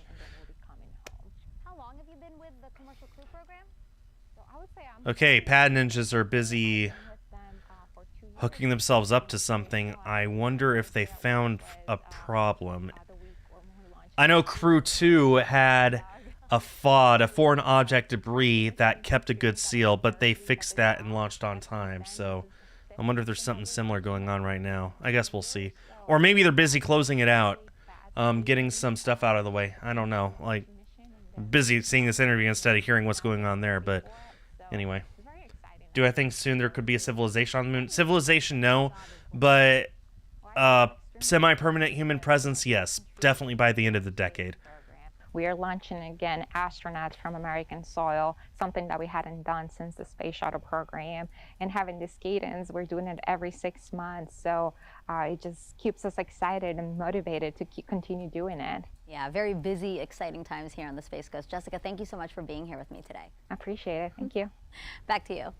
Thank you, Jessica and Megan. And she's looking forward to a launch of Crew-4 so she can bring Crew-3 home. And we are 1 hour and 29 minutes away from that happening. You see the crew now. That's a live shot inside the White Room looking at the Dragon capsule. And we just got an update. We have a good side hatch leak check.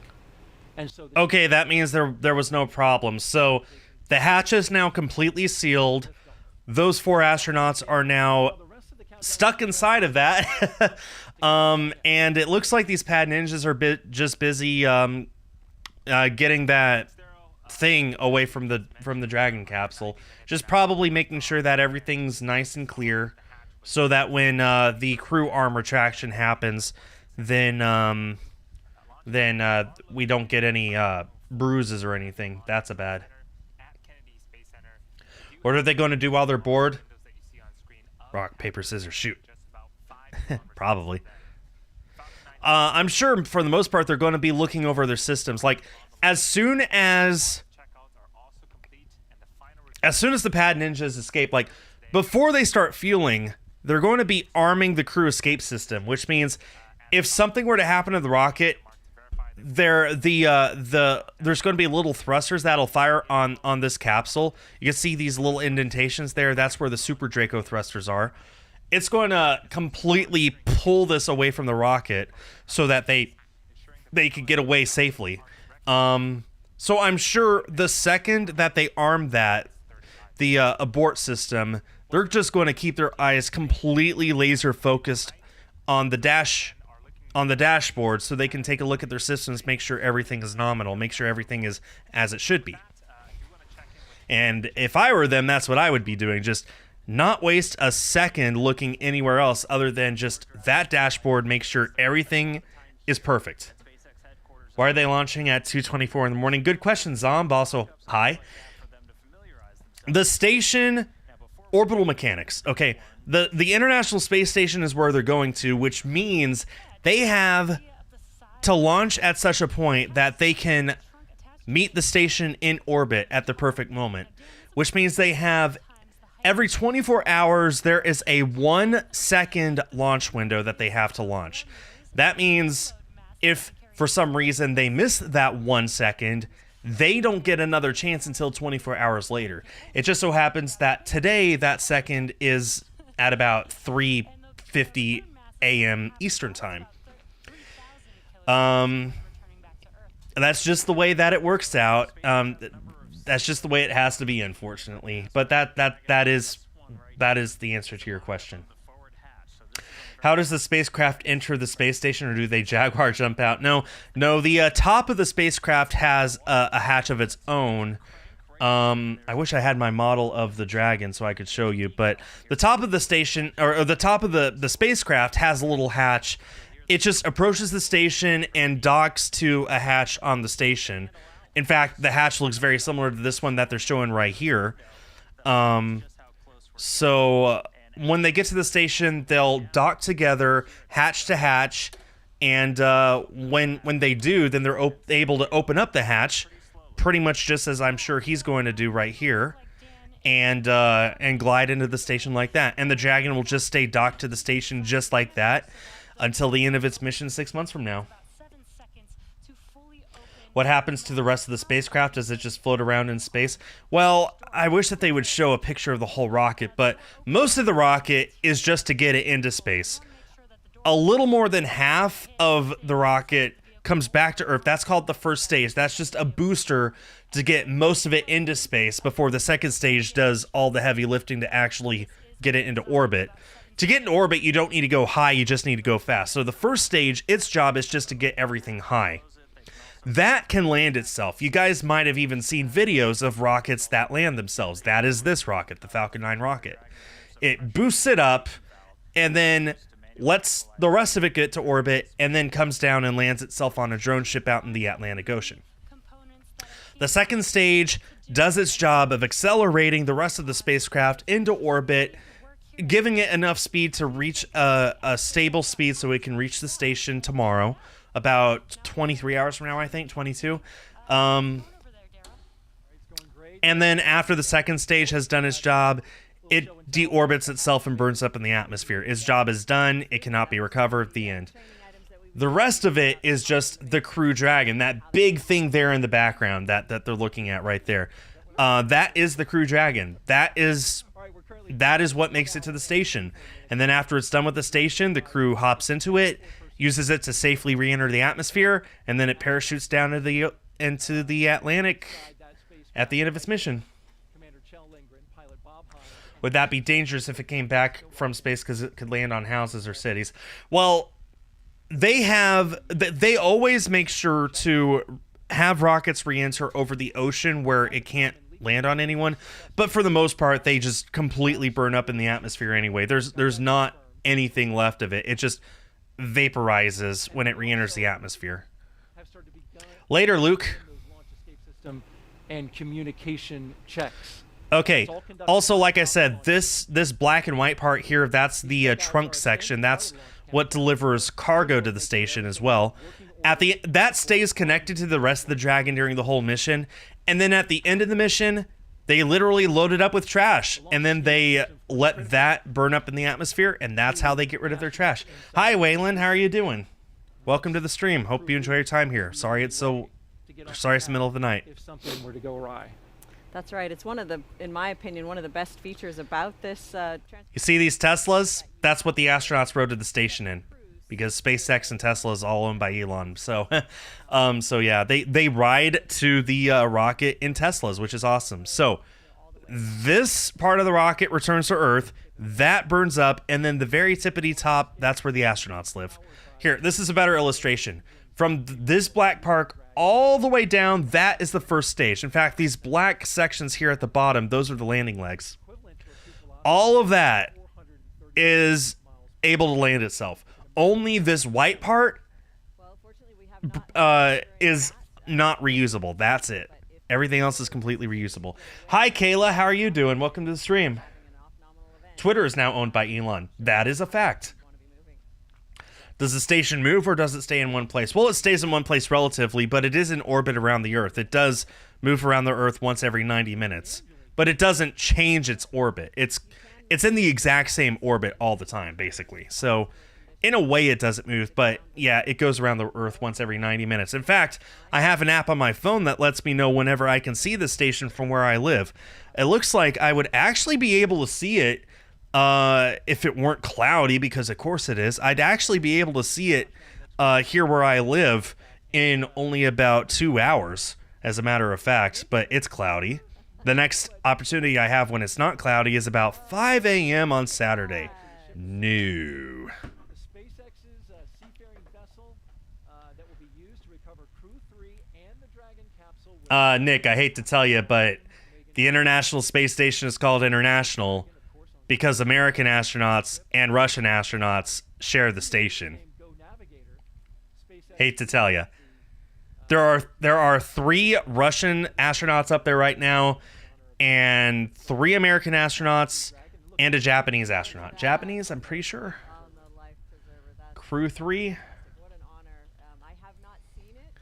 Oh, no, and German astronaut, Matthias Maurer. But yeah, there's 3 Russian astronauts and 3 American astronauts up there right now. It's the International Space Station. We internationally share it with other countries, including Russia, including, I think there's 16 companies and 16 countries invested in it. United States, Canada, Mexico, Panama, Haiti, Jamaica, Peru, Republic Dominican. Anyway. But no. We have 16 countries, including Russia. They have their own way of getting to the station. We have our own way of getting to the station. Do they fight? No, not at all. Astronauts are among the most professional people in the world. They're all in it for the love of space exploration. It's more than easy for them to get along. Voice while you were down in Florida giving commentary for Crew-4. They're very, very good all friends. The best and let you know that Theo and I are thinking of you, and really looking forward to reliving both the Crew-4 launch and watching the Crew-3 splashdown together as a family when you return. For Crew-4, so Jessica and Samantha, I wish you all the best. There's a story of, during the space race, American and Russia, well, they were fighting, right? There's a story of the very first flight that involved both of them. It was the Apollo-Soyuz test project. The American astronauts met the Russian astronauts, and they became such close friends for the rest of their lives. Some of them are still alive and they still keep in contact even now. They're able to overcome borders. They're able to focus on what really matters, the future and hope of humanity. Petty political mumbo jumbo doesn't matter for most of them. Trust me with that. Oh, thanks for being here, Zom. Later. Thank you so much. Oh yeah, the fancy photos are awesome. Man, what I wouldn't give to see the view in person. That's a great message. That was her husband, by the way. Thank you so much for for a surprise. Moment, of course, that was Bob Benkin, Megan's husband and history-making astronaut from Demo 2, there with a nice message for you. And Ooh. For yes. The funniest part was when he said, "I know you missed the melodious sound of my voice." I got a shipping confirmation. My Switch Collector Year 2 book is on its way. I can't wait to make a video about that. Crew Dragon Endeavour, did he leave something for you on the spaceship? Did he leave something for you on the space station? And what I like to tell people is he left me a fully functioning, safe spacecraft to get me to space and home again. And there's really no finer gift than that when you're in the spaceflight business. I would greatly agree with that. Let's now join Megan Cruz, who is with Phil McAllister. He is the director of the Commercial Spaceflight Division at NASA headquarters. Y'all take it away. That's right, Phil McAllister. Thank you so much for being here today. Thank you. So talk to me about this being the 4th crew rotational flight to the International Space Station. What kind of milestone does this represent?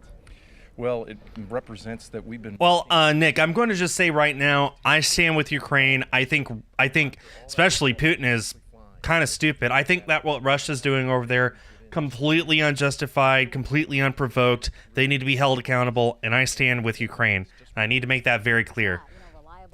But I also think that there's probably a whole lot of Russians, if not most Russians, who kind of agree with me that it's kind of stupid what their country is doing. So I don't want to group all of Russia as a country together and say that Russia is evil. I'm going to just say the people in charge of this are just dumb more than anything. But the average, ordinary, everyday person, probably unrelated, probably not involved in any of this whatsoever. That's what I think. And I think that that's something we need to remember. Instead of saying Russia is terrible, we need to specify. Because when we say that, then we blame the faultless, which is not okay. Look at this beautiful group photo of everyone on the station, man. There have been up to 11 people up there at once. Like, think about this. Usually at any given time, there's 10 people in space. Usually there's 7 people on the ISS and 3 people on the Chinese space station. There's not right now. Right now, the Chinese space station... that crew just finished their mission and they're waiting a month or two before they send another crew up. Usually there's 3 over there. So that's usually 7 on this and 3 there. That's usually 10. So far, we have had as many as 14 people in space or in orbit at one time. Those 10 and then 4 in one of these Crew Dragons going up for a crew rotation or for a private spaceflight or something like that. We have had up to 14 people in orbit. We've had up to 19 people in space. Just getting up above 100 kilometers counts. That's space. Whether you're in orbit or not, whether you're going around the Earth or not, doesn't matter. You can go up there, touch space, and come back down, and that counts. That's what William Shatner did. That's what Jeff Bezos did. We've had as many as 19 people in space at once. The record for years was 13 and 13 alone.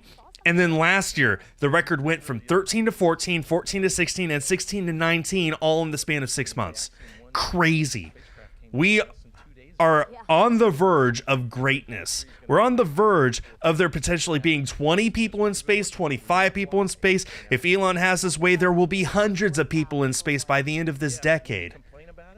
That is awesome. No, there's not an American space station they use for themselves, Nick, although there are many in development.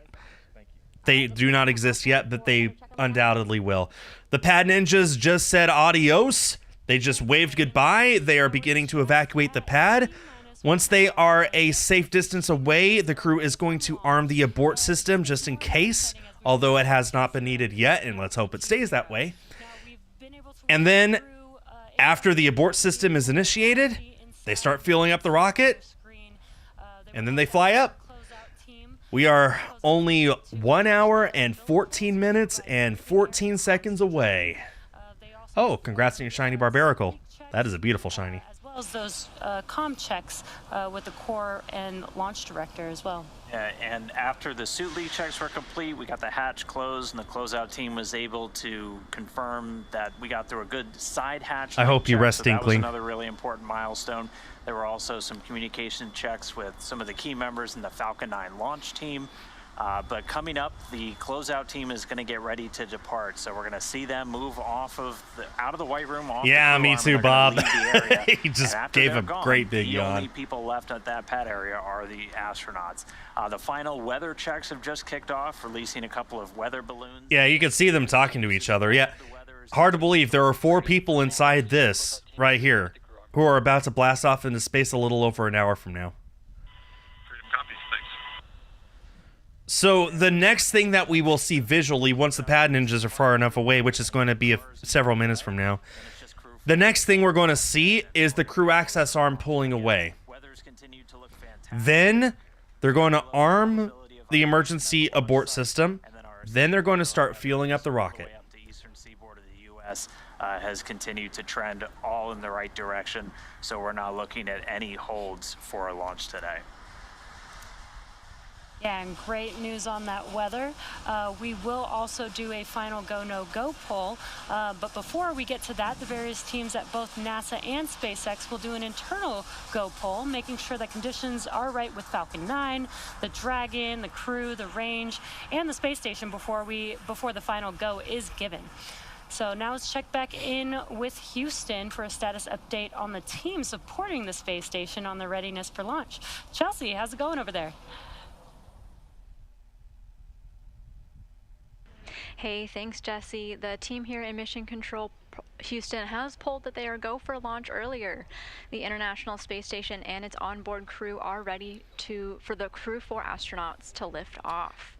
And yes, they need that many monitors, trust me. Team, he was asking the flight controllers who all work on the different key systems on board the space station that their focus areas were online and working properly. This includes life support systems. At what altitude does the spacecraft split? That's a good question. Right around 90 kilometers, I think. Although the first stage does keep drifting and does get over 100. Oh, the light year is going to be awesome. I can't wait to see that. Probably my most anticipated film so far this year. Before launches, this crew is actually going to be flying over Romania. That's where the space station will be at the time of launch. So how about that? But as they're getting into their morning routine now at the time of launch, they're going to make sure that they're refreshed and ready to receive the crew. But here in Mission Control Houston, we'll continue monitoring the mission as we check off milestones for today's flight. In the meantime, I'll send it back to Hawthorne. The International Space Station is ready for launch. Dan?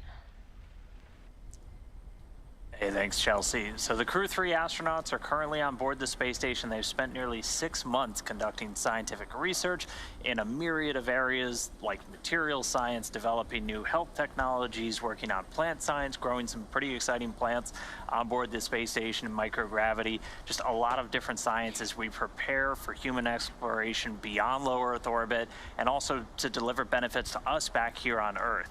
And all of that research just lays the groundwork for that future exploration that we're aiming towards to the moon and Mars, starting with the agency's Artemis missions. Yeah, Chari is the commander of the Crew-3 Crew Dragon spacecraft and the Well, Waylon, technically September 9 is still in summer. Fall doesn't begin until September 22. Personally, I think they just took Xenoblade and Splatoon 3 and swapped the release dates. As far as my plans for Splatoon 3, I don't know. Like I was just saying this during my shiny race yesterday, I don't know. I really have no idea what I'm going to do with that game. Whether I stream it or not, whether I make content at all or not, I just do not know. I keep going back and forth. I keep flip-flopping. And honestly, it being delayed until September is kind of a relief to me because that gives me 4 months to decide instead of like 4 weeks more or less. So, yeah. Hi again, Luke. Welcome back. Nice to see you again. What material is the spacecraft made out of? That is a really good question, actually. I do not know. I wouldn't doubt that it's made out of like aluminum and carbon fiber, though. Astronaut candidate in 2017 and is a mission specialist for Crew-3. She works closely with the commander and pilot to monitor a spacecraft during the dynamic launch and re-entry phases of flight. She's currently serving as a flight engineer. Well, yeah, that's something I could at least answer for sure. Like, I will continue to be an Inkling. I have no intention of being an Octoling. I really prefer being an Inkling. Simple as that. And again, working with the commander and pilot to monitor the Dragon spacecraft during all of those different dynamic phases, launch, re-entry, docking, and undocking. He's also a flight engineer on Expedition 67, and like Raja Chari and Caleb Barron, this was his first trip to space. And he was from St. Wendel in the German state of Saarland. So that 4-person crew is currently on board. They're preparing for Crew-4's arrival, but their return back to Earth is just days away, assuming we get an on-time launch today. So SpaceX has had a really busy month. They had Ax-1 launch on April 7 or 8. They just landed a few days ago, like Sunday, I think. Sunday and Monday night. Now we got Crew-4 launching now. They're going to dock with the station tomorrow. Then Crew-3 is going to land like 2 days after that, if not 1 day after that. That's a really busy month in April. That's a total of 2 launches and 2 crew landings. That's just insane. Not to mention all the other stuff they're doing with like their Starlink launches and their DoD launches, and yeah, not to mention Starliner having its mission next month. That's this has just been a really busy quarter for people like me who are huge fans of this. Is there a chance they can take off early? No, Nick, like I said, there is exactly a 1-second launch window.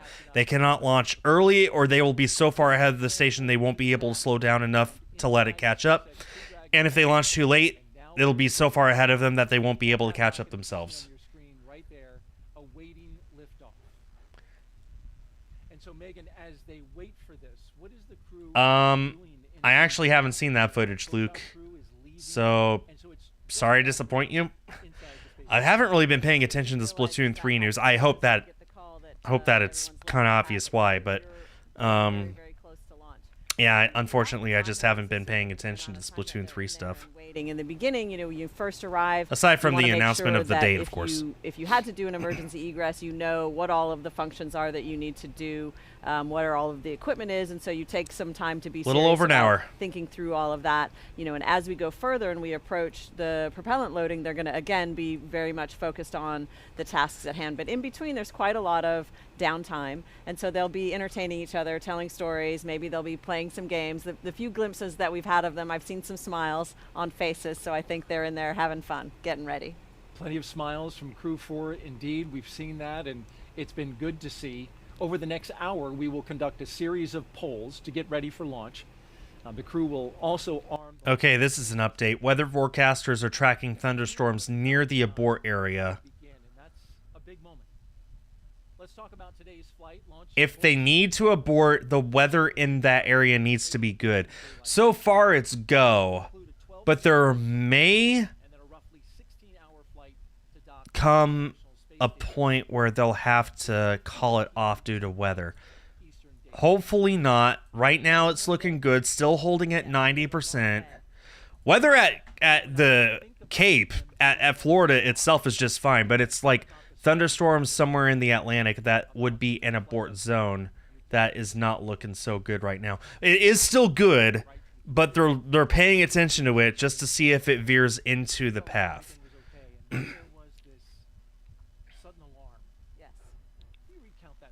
Sure. Well, actually, it was kind of, you know, again, a very long day. You're exhausted for a lot of reasons, and it was at that time our bedtime, and so we'd been given the go to dress into our pajamas, pull out our sleeping bags, and basically hunker down and try to get as much sleep as you can before the rendezvous begins the next day.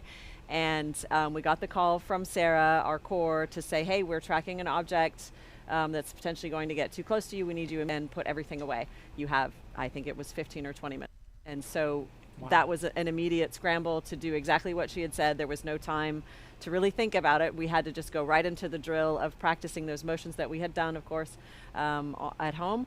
And our awesome mission specialists, Aki and Tama, got Shane and I into our suits and strapped into our seats, and then got themselves suited, and then had to put absolutely everything away. Every t-shirt, every sleeping bag, every sock, everything. And that was a tremendous amount of work under time pressure. And I live in Nebraska. It is a triple landlocked state. You have to go through two other states in any direction in order to reach the ocean. Soup had just maybe seen that we were. Also, Nick, you really shouldn't ask exactly where someone else lives. It got our hearts racing. What an experience, thinking you might hit something in space, but actually it was a false alarm. It was something that was improperly entered into the system. There was nothing there. That's right. But you trained for that, right? And you were ready for it. We were. Thank you for sharing for that. Sure. All right, let's check in now with Hawthorne and go out to California for a status on both vehicles. Andy, what do you have for us? Thanks, Daryl. We've had a smooth countdown so far, and the SpaceX team is working no issues as the pace begins to pick up. We heard that the crew had left the pad, and so right now it's just the crew inside Dragon. For Falcon 9, our two-stage reusable rocket, final propulsion checkouts of the first and second stages, and the engine began just a few minutes ago in preparation for propellant loading. Now, this involves testing and cycling valves, as well as engine pneumatics pressurization. At the T-minus 45-minute mark, the team will report their readiness for propellant load with a final electronic go, no-go pull. Now, before we can begin starting to load propellants on Falcon 9, we do have a few more tasks to perform. First, we need to retract the crew access arm away from the Dragon capsule to its launch position. That's going to happen between the T-minus 44 and the T-minus 42-minute mark. With the arm out of the way, the launch escape system will be armed, and once these two events are complete, Dragon will be ready for Falcon propellant loading. Are these astronauts famous? I don't think any astronaut's famous aside from Neil Armstrong. Most people could probably name Neil Armstrong, and that's it. So no, unfortunately, these astronauts are not famous. I didn't know them, except for maybe Jessica, before they were announced for the crew. How's my game room? I'm in it. It's different now. I'll definitely be sharing pictures and maybe videos of how everything looks now in my new place, but it's definitely smaller. Well, this room is smaller. It's different. Definitely different. I have a whole lot of stuff that is just going to have to remain in storage as long as I live here, which will not be too long. I am planning on moving into a house next February, so that'll be fun. But for now, a lot of my my Wii U games and my PS2 games and stuff like that, those are all still in boxes.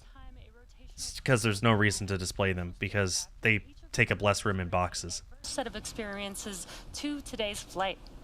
Kjell Lindgren is commander of the Crew Dragon spacecraft and the Crew-4 mission, responsible for all phases of flight from launch to reentry. Kjell spent most of his childhood abroad and returned to the U.S. to earn a doctorate of medicine from the University of Colorado.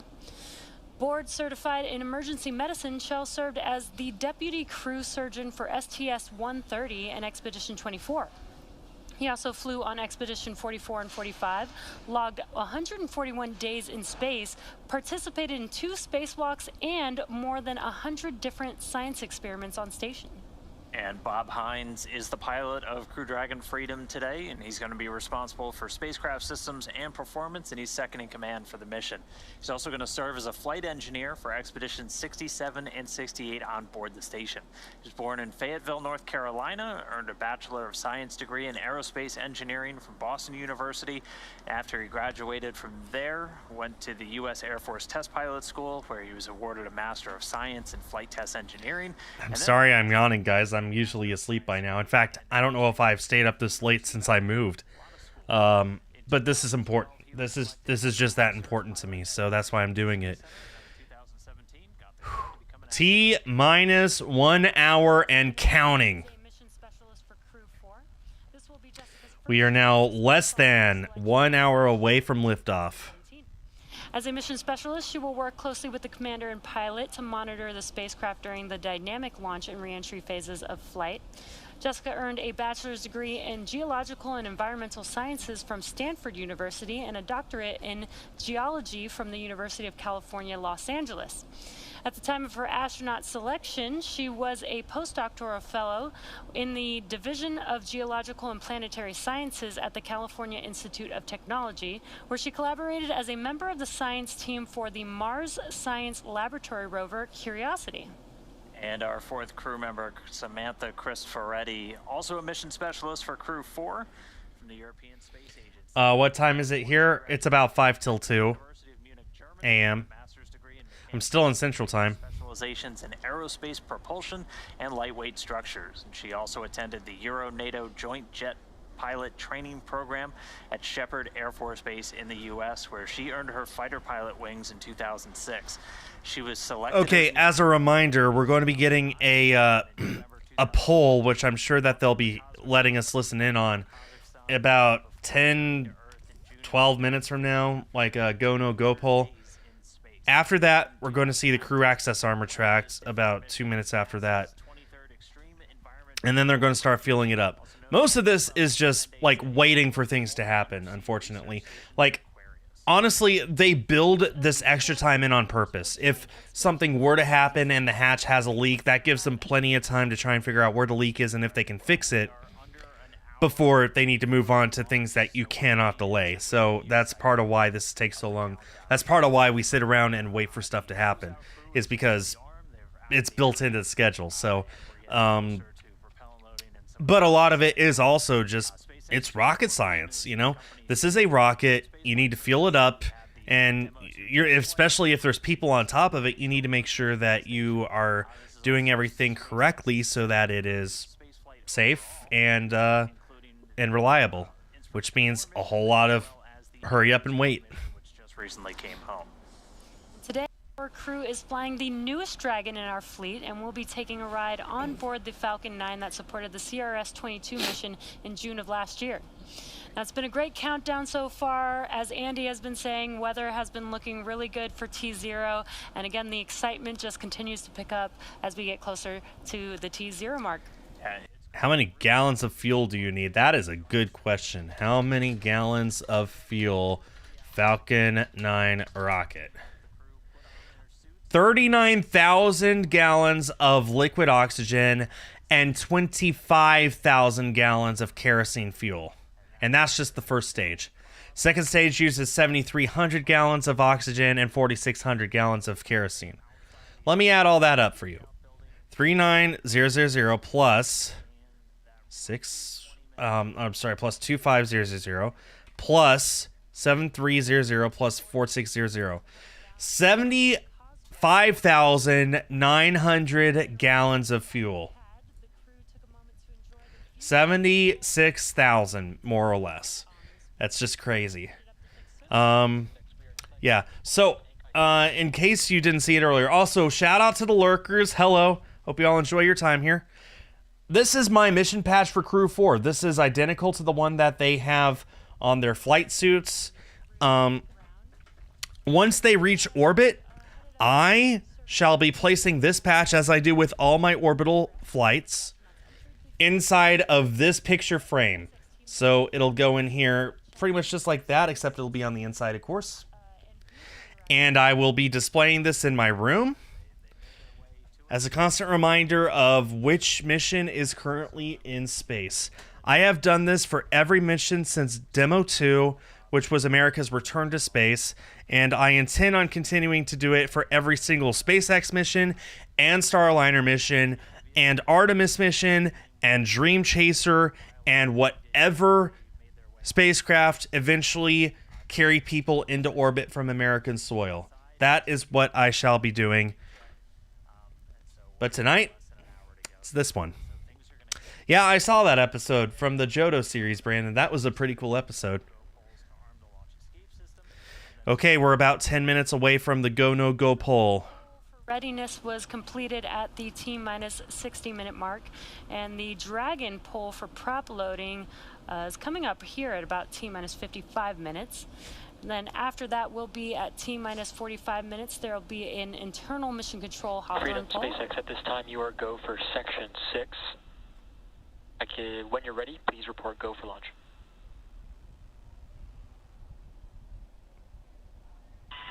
Copy. Freedom is go for section 6 and put that to work. Okay, so that is Jill here in the front. This is the commander, Jill. He's in this seat. Bob Hines is the pilot. He's in the seat beyond that. Jessica is over there, and Samantha is down here, just out of shot. Crew Dragon can actually hold up to 7 astronauts, although it's only ever done 4, except for the first one, which was just 2. Have these astronauts been to space before?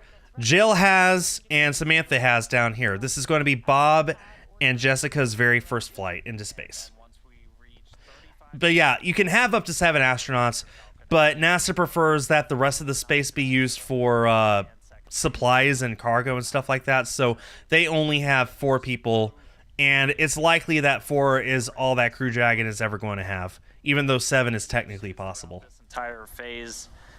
But for right now, we are just standing by for these final pulls, and then we'll get into propellant loading. So with things starting to pick up, let's send it back now to the teams in Florida. Over to you, Daryl.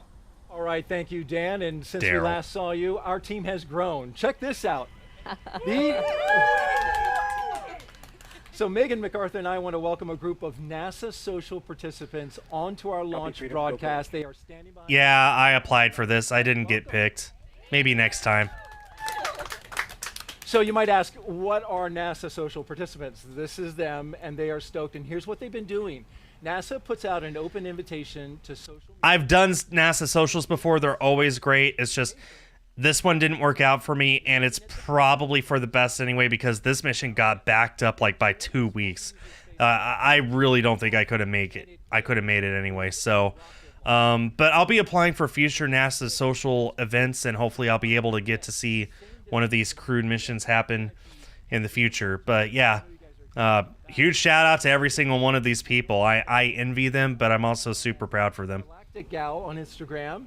And so you're here with all of your NASA participants, and I want to ask, first of all, how's it going so far? It has been absolutely amazing. So this is actually my first NASA social. I started my platform during COVID, so you know we haven't had NASA socials since then, and it has been absolutely incredible. I know we had a delay, and so you know some of us went home, some of us stayed. We got to come back. We got to see so many things, and I have gotten to meet so many wonderful people from all different walks of life, and you know, some of them are artists, some of them are foodies, some of them are space influencers. And so it's just been really phenomenal to be here and get to experience this with everyone. Absolutely. And each one of you represent a substantial audience that you're communicating with and sharing the science, which we appreciate so much. So we're so glad that you're here to do that. If you're at all interested in seeing my vlogs from when I was a NASA social participant, I have 2 videos on my channel.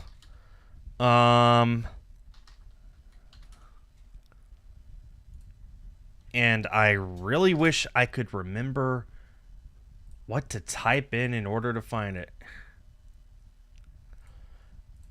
Let me go ahead and just I'll go ahead and just link to it in the chat. And then I guess if you're watching this afterwards, you'll be able to, I don't know.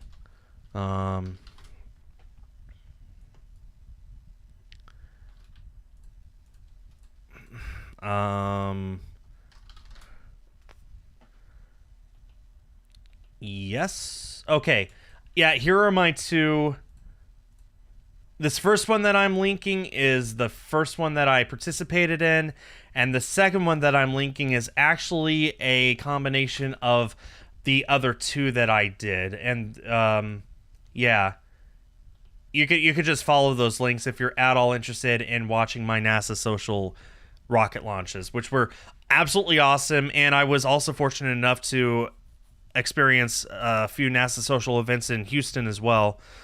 Hopefully, again, one day I'll be able to do a NASA social event in Florida to watch a human space flight. It was not today, but that's okay. Good luck, Brandon. I wish you the best. Galactic Gal, I want to give you an opportunity to ask a question of a NASA astronaut, Megan MacArthur. Put me on the spot. Oh, you put me on the spot. What one question would you ask an astronaut? Okay, so this might be cliche, but I'm sure we have a lot of young people watching, and I would really love to hear from your perspective as a female astronaut. What is something that you would recommend to somebody, say, 5 years old? Well, I think what I recommend to kids of any age and any gender is to figure out what it is that you love to do. Be curious and try new things, right? Don't decide just one thing. At 5 years old, I'm going to do this one thing, right? Because there's so many other amazing experiences to have. So be curious, ask lots of questions, find that thing that you love to do, and then pursue it and get really good at it. I love that. Thank you. All right, while we have all of these social media influencers As a reminder here, for all we operators, want to reach out to our 57.82 social is media open influencers for and people go, who are no, go using poll. it out there in the audience throughout the show. We've been taking your questions at the hashtag AskNASA throughout the night. We have time for a few more before Falcon 9 fueling begins, and you can see it in the bottom right-hand corner of your screen. This one from Megan. While on the space station, what was your biggest accomplishment? That's a tough one. I think for me, meeting the challenge of every single day, meeting the schedule every day and whatever that brought was really the challenge, because every single day was different. Some days were easier than others. Some days were really hard. Some days you really had to lean on your crewmates. Some days you really were helping out your crewmates. So it was that maintaining that even keel for the entire 200 days, and I'm calling it 200 days. I think was the biggest challenge. Yeah. Yeah. Well, that's great. And so to imagine for me, like, what was the most funnest thing about space? Floating around? Oh, gosh. I mean, this woman was floating around. I have stuff to say, but I'm not interrupting an astronaut. It's the silly times that you have with your crewmates, the ideas that you come up with. One day, Aki and I took our zero-G indicator, which was a baby penguin, and I taped it to a balloon that I had blown up and then released. And so then the balloon, of course, was slingshotting all over the inside of the U.S. lab with this tiny penguin, with his flippers up, and he's zooming around. So stuff like that, when you have some downtime, it's a little bit science experiment. It's a lot fun, and it's really great team building. So it's all of those things at once. And it's a lot of hard work as well, because the Very astronauts serious. are doing a tremendous amount of research there. We're going to talk more about that a little bit later in the show, dive into the ISS stuff that's going on right now and in the future. But for the moment, we want to thank our entire NASA social team for Crew-4 being here. Y'all are fantastic. Yeah, honestly, I'm jealous, but I'm happy for them. Let's now check back in with Okay, we're only minutes away from the go, no go poll. And which is like the big important thing before we start seeing stuff actually happen. We're going to see that crew access armor track. We're going to see fuel start to go up, and trust me, you'll be able to see it. And hopefully, if all goes well, we're only a little over 45 minutes away from liftoff. SpaceX engineers indicate they are go by electronically voting on the online countdown procedure. The launch director also checks in with Dragon mission director and NASA launch manager to make sure that they are also ready. Earlier you saw the vehicle assembly building called the VAB. The Falcon and Dragon launch team, as well as key NASA launch members, are in the Launch Control Center adjacent to that VAB. They have a view straight towards Pad 39A, and they're able to see Falcon 9 and Dragon. And the team is ready for crew through the large windows of Fire Room loading 4. and launch. Okay. For non-urgent no-go conditions, brief the CE or LD. Okay, that's it. They are go for propellant load, which means we are going to see that crew access arm begin to move away in just a minute or two. That'll be the first visual indication that that everything is starting. The launch director whether structural breakup or fire is imminent or occurring per Dragon manual escape flight rules. In the event of a fire alarm, key operators noted below will remain at their post while the alarm is evaluated. In the event that personnel safety is threatened, evacuate to the south-facing emergency exit, which leads directly outside. Launch control, you may proceed with arming the ground for movement. Awesome. So we heard at the very end of that there that we are proceeding with the crew arm movement. So that access arm that is adjacent to the vehicle, that's I going to tweeted start out the wrong thing. Move to its launch All position. operators in Fire Room 4 and MCCX, the control will be in a lockdown state until launch escape system is disarmed.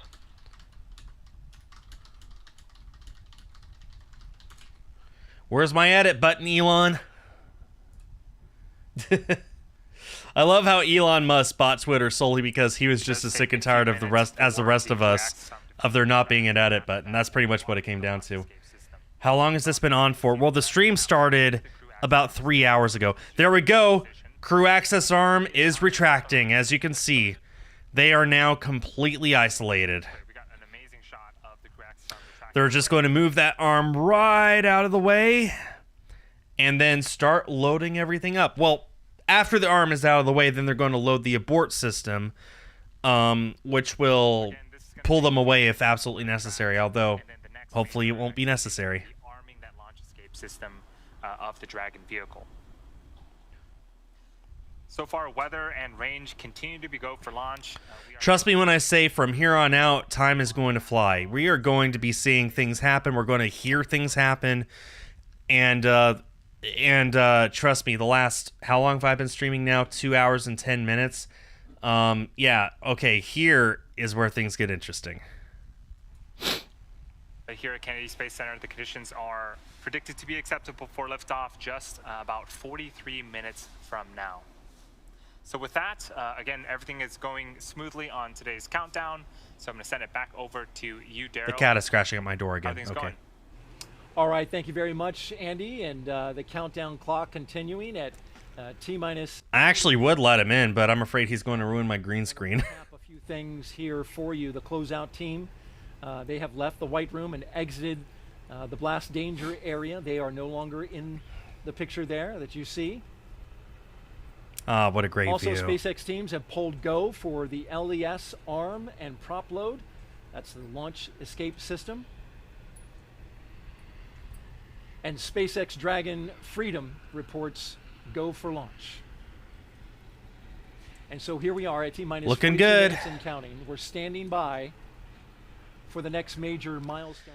Okay, if they gave the go for this, that means that right now at least, the weather in the abort area that I said was maybe an issue is currently not an issue.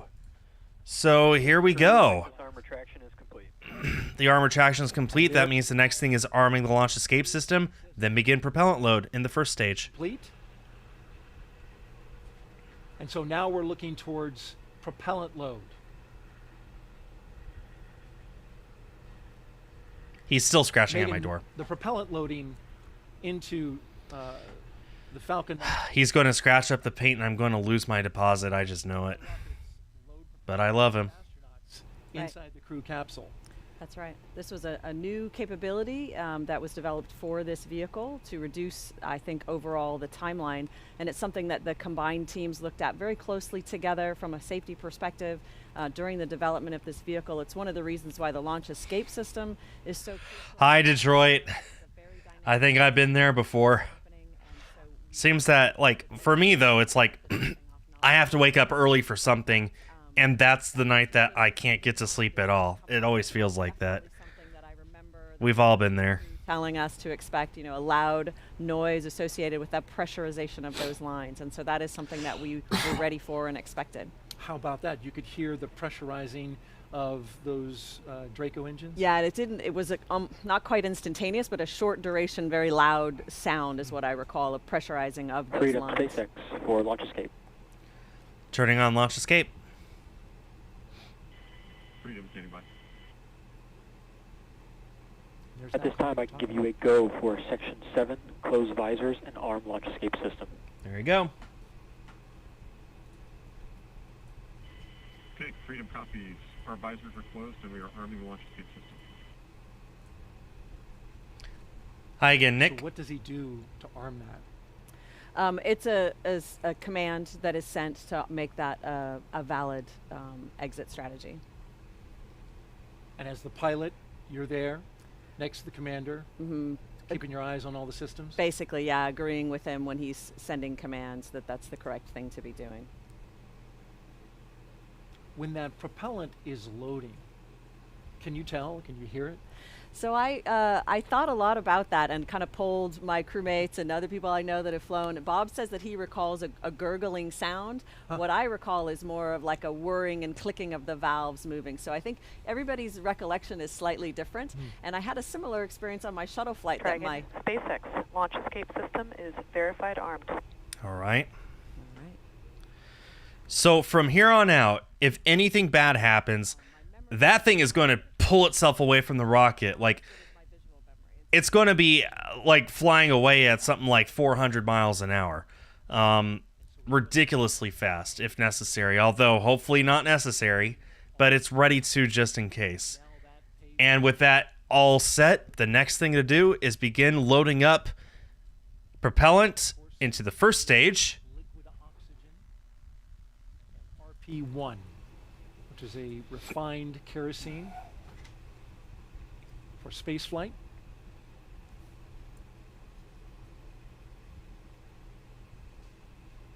A look from high above. So you were asking earlier how they dock to the station. Do you see how this has like sort of a slanted cut on it? Well, that is the nose cone, and underneath the nose cone is the hatch that they use to dock to the station. All of this rocket, out of all this rocket, only the white part and the black part there, that's all that docks to the station. This white part here is the second stage, and from the black part down is the first stage, which lands itself. The first stage boosts it up for 2 minutes and lands. The white part there continues boosting it for another 8 minutes, then deorbits itself and burns up the atmosphere. And this little part up here, the black and white part up there, that's all that connects to the station. And the docking node, the hatch, is located underneath that nose cone. So that's how that works. Loading the specific tanks with the My cat is going to drive me bonkers, so that I they swear. can have a sense of where the vehicle is at every moment. I would let him in, but I Look can't. there I can't. I'm at the base streaming. of pad I don't want him to ruin my 39A. green screen, and I know he would. And the strong back, which is And my part of the wife's probably transporter asleep, erector. so she can't grab him. It is in the So foreground, he's the just rocket gonna. just 9 behind propellant it. tanks will be venting for propellant load in approximately 1 minute. So my cat's just going to keep scratching at the door, probably for the whole rest of the stream. It's going to drive me nuts. It's going to drive my landlord nuts, and I'm going to be very unhappy with him.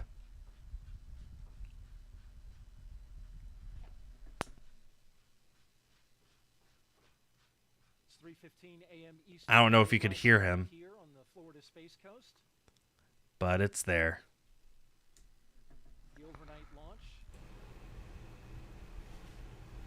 will light up the night sky here in Florida. 37 minutes away. The spacecraft at the very top, it's a new one. I'm doing good, Detroit. Thank Crew you. Dragon Freedom, named by the crew. Yep. So this is the fourth Crew Dragon in SpaceX's fleet. This one has been dubbed Crew Dragon Freedom. The other three are Endeavor, Resilience, and Endurance. That's quite the fleet. Just another advancement in SpaceX's reuse capability. They're able to put flight loads on it to test it and qualify it.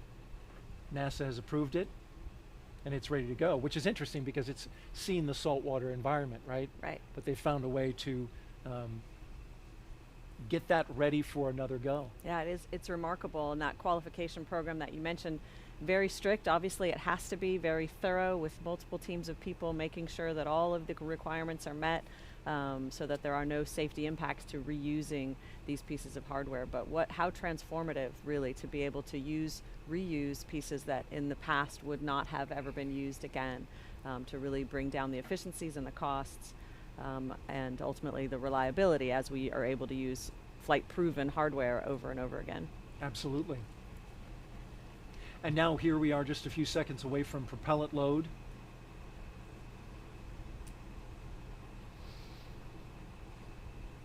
Hi again, Angus. How are you doing? Oh, from a project. How exciting. Thinking about the Crew-2 mission as we look forward to Crew-4. When you were up on the space station, it was quite the time up there, right? I'm thinking about the visit from the Russian film crew. We That did was there have shooting some visitors. a movie. That's right. That's right. So they came up, an actor and a producer came up on a Soyuz and spent the 10-day time period filming a movie, almost exclusively on the Russian segment. But we were able to interact with them in the evenings. We would occasionally have dinner parties, as we do up there, and so we would get to chat with them a little bit and hear about their lives and hear about their plans. Was that interesting? It was very Song charting is hard. I believe it. I've never tried it, but I believe it. There you hear the call out that propellant load has begun. There we go. They've started pouring fuel into the A big rocket. milestone. it'll just be a few minutes before we're going to be able to actually see it. As we are sitting at T-minus 34 minutes and counting. But you were saying, Megan. Yeah, so it's nice to have some new faces, quite frankly, Yeah. and to hear some new stories. And like I said, though, we really did not work with them. They worked exclusively on the Russian segment. And so it did not disrupt our ongoing science work that, of course, we're doing that's so important for our international partners. So I think it would be difficult to carry out a movie production as well as carry out the actual work of the space station. Just another example of the continued private use of the International Space Station, and I guess you didn't photobomb their shot? I did not, no. I stayed Okay. safely behind the camera or in the other room entirely.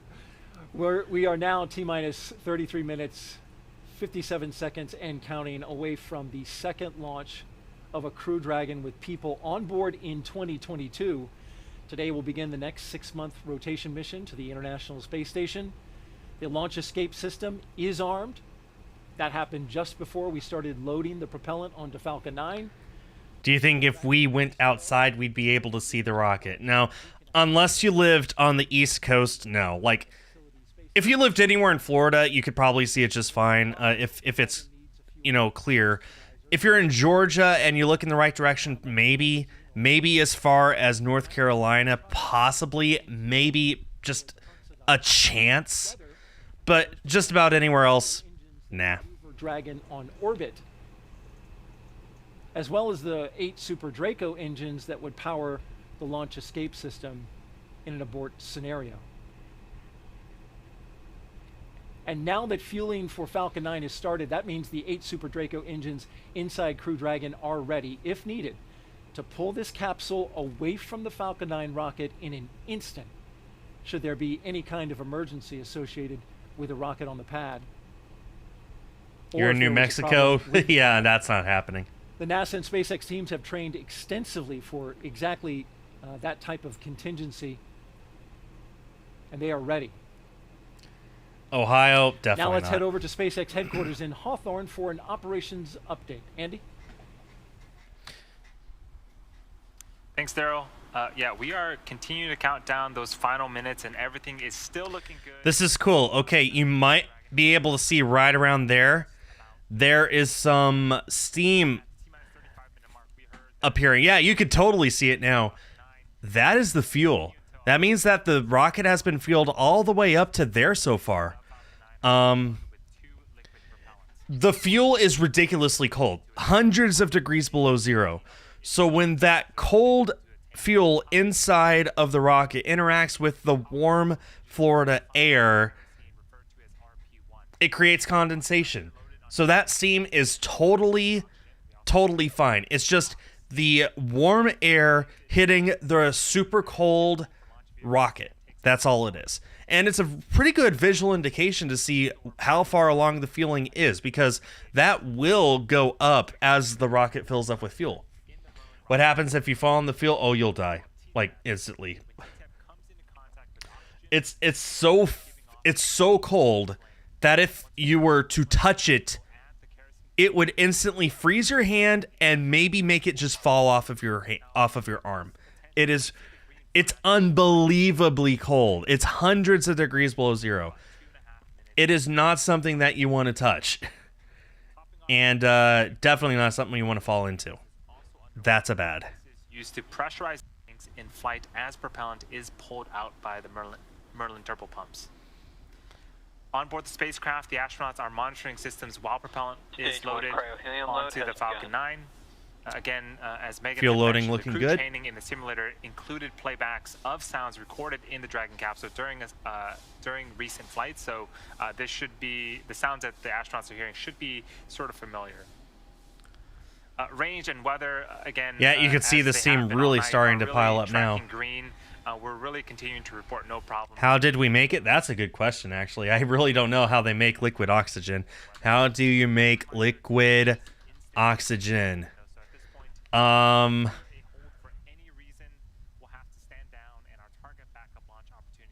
Really carefully. You can look into it if you want. That looks like it's too technical for me. We are now less than half an hour away. T-minus 29 minutes, 48 seconds, and counting. I told you things are about to go fast. Look at that steam now. It's really going to go up. It'll go all the way up to the bottom of that black thing. Seriously. 29.5 minutes from now, the ground operations teams are doing a series of system checks, ensuring that both Dragon and Falcon 9 are ready for launch. And you're looking now just over the the steam is shoulders cool. of our team out It's at the cold, Cape there as as a they matter of prepare fact. for liftoff. As we wait for the launch clock to hit 0, though, we wanted to give you a quick overview of what the ascent portion of this mission is going to look like. Once we hit T0 and a successful launch occurs, Pay we will attention. watch Falcon 9 and Dragon lift off from historic launch pad 39A and make their ascent. One of the first things that happens about 50 seconds into the flight, those 9 Merlin engines will throttle down as the rocket passes through the period of maximum dynamic pressure. It's max Q. It's really the maximum amount of stress that the vehicle is going to hit on its way uphill. Also worth noting, when we hit max Q, the vehicle will be going supersonic. Once we are through that period of maximum dynamic pressure, we can throttle down our 9 Merlin engines again. And from there, at about 2.5 minutes into flight, we have a series of 3 events that will happen in rapid succession. Yeah, all just right on top of each other. The first one's MECO, or main engine cutoff. That's where all 9 of those Merlin 1D engines shut off in preparation for stage separation, which is the second event. This is where the first stage detaches from the second. The first stage starts to make its way back to Earth for a landing as the second stage ignites its engine and continues its journey with that third event, that engine ignition. It's called SES-1, or second stage engine start number 1. That's where we'll see the MVAC engine light up and propel the second stage along with the Crew-4 astronauts into orbit. And as Stage 2 heads towards its targeted drop-off orbit, Stage 1 will execute 2 burns in order to make its way back down to Earth. The first is the entry burn, and that's where 3 of the 9 M1D engines will reignite and then shut down again. Now that helps to slow the stage down in preparation for re-entry back into the Earth's atmosphere. And while the first stage is heading back towards Earth, again, that second stage, it just continues to carry them into orbit until it cuts off. It's 1 Merlin engine that was ignited after stage separation. And once that happens, we wait for the call out and the confirmation of what's called a good orbital insertion, just essentially there. Hi, Victoria. How are you doing? Does my wife like space much? Not nearly as much as I do, but yeah, she likes it. In fact, we went to Johnson Space Center in Houston for her birthday this year, which was awesome. She got to see a whole lot of stuff that she didn't realize she liked, so that was cool. Into the mission. And while Falcon 9's first stage is landing, Dragon is just getting ready to separate from the second stage of the Falcon 9 rocket. It takes about 3 minutes after we get on orbit, and we just wait for the vehicle to cancel out any rates, essentially make sure everything's nice and stable before the 2 spacecraft separate. We should get a great view from the second stage of Dragon's trunk as it flies free. Once Dragon is a short distance away, it starts going into a number of checkouts immediately, looking at some of those Draco maneuvering thrusters. There's 12 around the service section of Dragon. Those are the first ones that get checked out. They'll also increase that separation distance from Falcon 9's second stage. These are not the Super Dracos. Those are disabled as soon as we hit this point on orbit. They're only used in an abort scenario. Once we're in outer space, those are disabled for the remainder of the mission. About 40 seconds after separation, Dragon's nose cone deploy sequence will begin. It will take roughly 4 minutes for the nose cone hooks to unlatch and open, and that exposes its guidance navigation. All right, we are only about 25 minutes away. Hope you all are paying attention to all of this. Yeah, there's a whole lot of stuff that happens during liftoff. That's part of what makes it so exciting. All the stuff leading up to liftoff, especially for uncrewed stuff, completely boring. But liftoff itself, totally awesome. Totally awesome. So that's why we're here.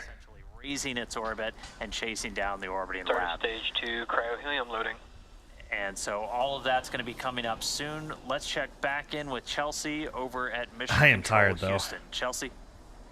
But it's worth it. 25 minutes to go. Hey, thanks, Dan. Flight controllers here in Mission Control are laser focused on the onboard systems of the space station, making sure it's ready to receive the Dragon vehicle later tonight. They'll also be making sure that all communication links between the station, Dragon, and the ground are working properly. The consensus is that everything is proceeding nominally. Teams here in Mission Control Houston, the team in Hawthorne, and the astronauts aboard the space station will monitor the autonomous docking of the Dragon. It is currently 71 degrees and 84% humidity at Cape Canaveral. We expect hatch opening to take place about an hour and a half after docking. Once on board, the astronauts will be greeted by Space Station Commander Tom Marshburn, and the whole space station crew will join in for welcoming remarks to the new crew members. From there on out, they will no longer be referred to as Crew-4, as we're calling them today, but rather flight engineers of the International Space Station.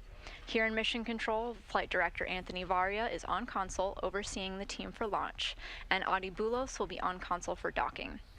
But we'll be on air continuously through Crew-4's arrival. I got something launch in my coverage eye. of docking is expected around 8:15 p.m. Eastern. And that's it for Mission Control. I'll toss it back to the team in Florida. Daryl, I'm excited for launch. How's it looking? All right, thank you, Chelsea, and so are we. We're looking great weather-wise here. Range is green, weather is green, and well, we're green. Green and ready to go for this launch. We are just T-minus 23 minutes and counting from the launch of Crew-4, the 4th astronaut rotation mission to the International Space Station under NASA's Commercial Crew Program. And it's going to be a good one, folks. The 4 astronauts are strapped in: Commander Kjell Lindgren, pilot Bob Hines, and mission specialist Jessica Watkins and Samantha Cristoforetti. They are strapped into their seats. You can see it's getting up to Crew right around there Freedom. now. And we can see a live shot I of their told you rocket it's going as to we fly. look, to the screen right now. That is the Falcon 9. The rocket fueling operation is well underway. The launch. Oh, here's some statistics. This is actually going to be the 150th flight of a Falcon 9 rocket. Wow. That's insane. 150 flights of the Falcon 9 rocket. There's not many rockets that have flown more than that. The 7th human spaceflight mission by SpaceX. The 16th Falcon 9 launched this year. And I think this is the 16th week of the year as well. So SpaceX has hoped to hit a launch cadence of about 1 a year, or 1 a week this whole year. They're hoping to have 50 launches through the year of 2022, and they're on track. They might make it happen. Hi, Mr. Guy.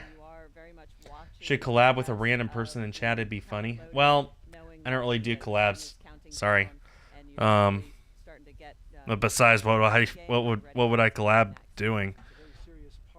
Yeah, okay, it's really getting up there now. Like I said, it's clear how far the fuel is going, so that's pretty awesome. We are just under 22 minutes away now. Space Station from U.S. soil on private rockets and spacecraft, and this would not be possible without the success of NASA SpaceX Demo 2. The test flight 2 years ago, if you can believe it. I hear a car alarm. Safe delivery and return of Crews 1 and 2. And of course, Crew stopped. 2 back on Earth 6 months ago. And that's why we have with us the pilot from Crew 2, Megan MacArthur. Appreciate you being here. Absolutely. It's hard to believe it. I've been home for 6 months already and launched almost a year ago. But time travels. Flying. Yeah, it keeps moving. It was 6 months that you were up in space. Do you notice that you were in space? Like now, have you the symptoms of having been up in space for that long completely passed? Or? I would say they're 90% back to Earth normal, and there's some lingering things like back pain and some joint pain and things like that will pop up. That I go, well, am I just older now, or is Earth just harder? But for the most part, back to normal. Very good. Well, you've done a wonderful job. Just over 20 minutes to go. It. As we continue to count down, we're looking for the next call out, which should be stage 2 RP1 load complete. It'll be followed by strong back chill has begun, and then we'll start loading stage 2 with liquid oxygen. All of this is normal. Everything you see is normal. Including that big venting, that is normal. Stage 2 RP1 load is complete.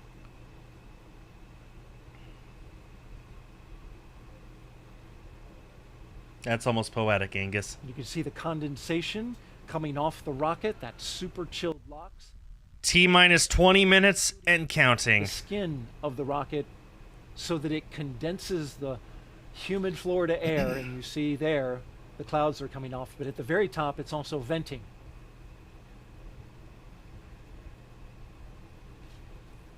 T-minus 19 minutes.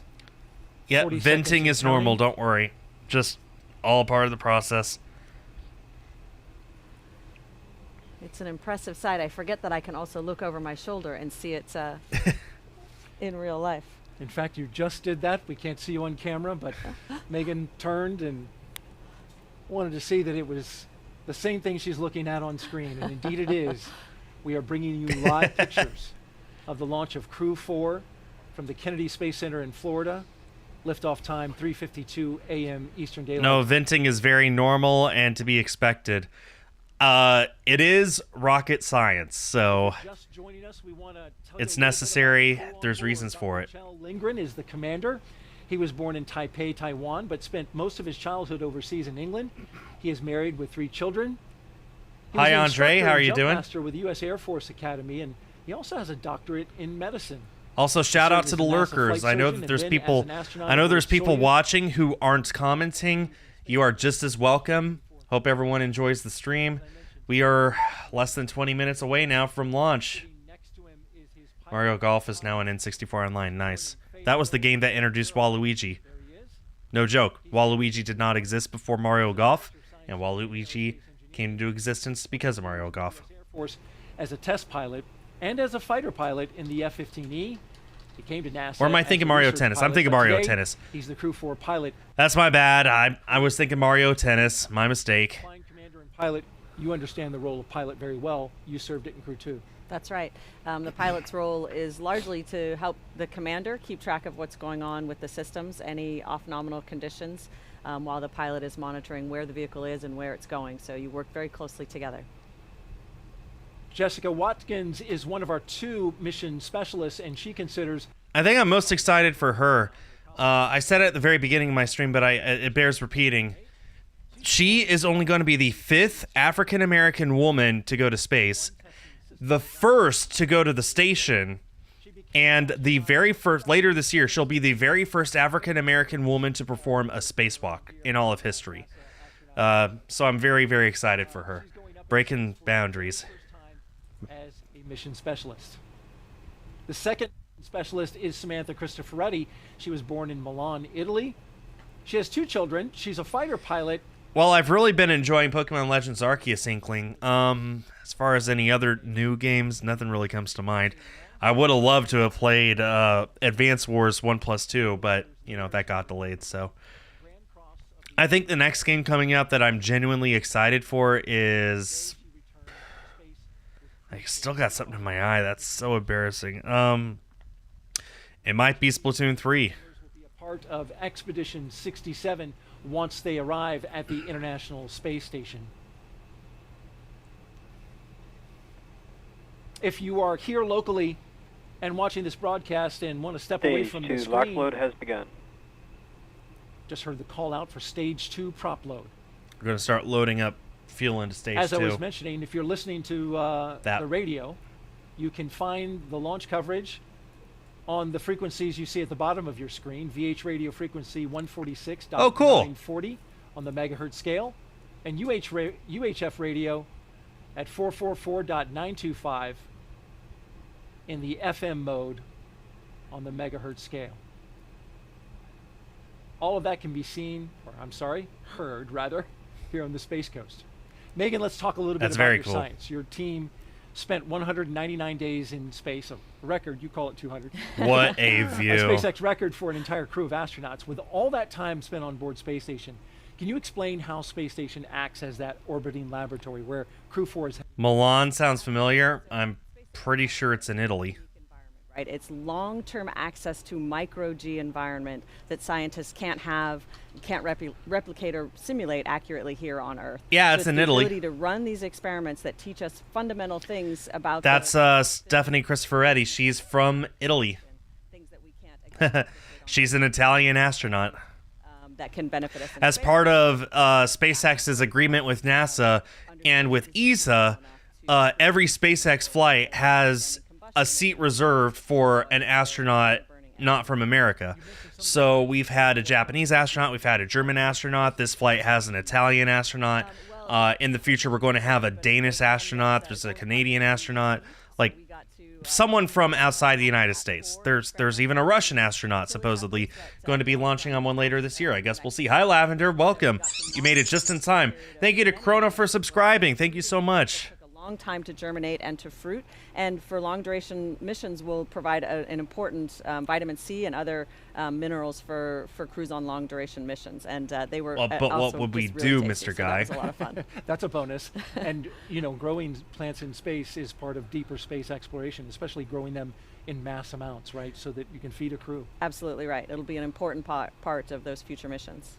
Crew-4 will fly aboard a brand new Dragon capsule, by the way, that the astronauts named Freedom.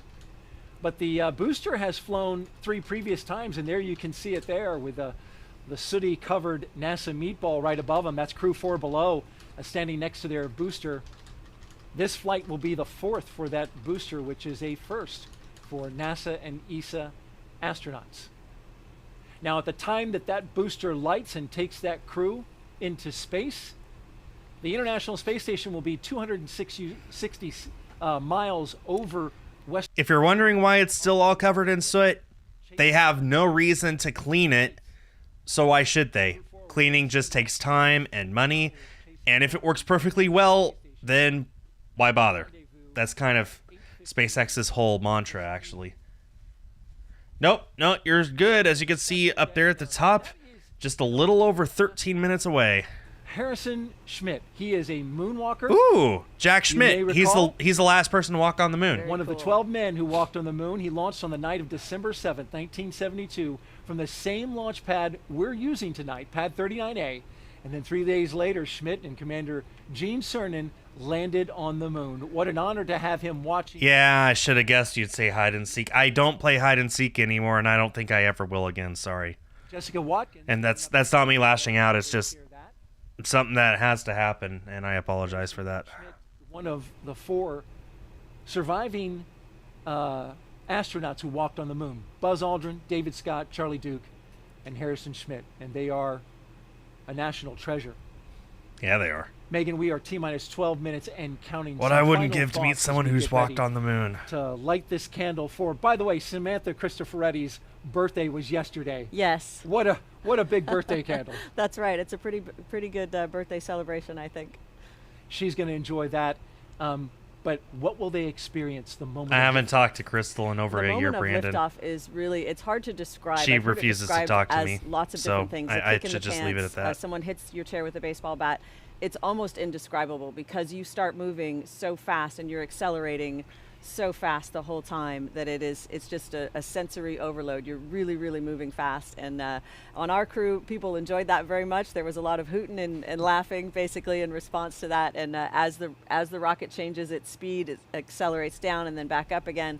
You feel all of that, and it's a tremendous ride. Astronauts from Crew-4 getting ready to experience that. We're about to watch this launch. So at T-minus 11 minutes and 25 seconds, let's toss it to Andy at SpaceX in California.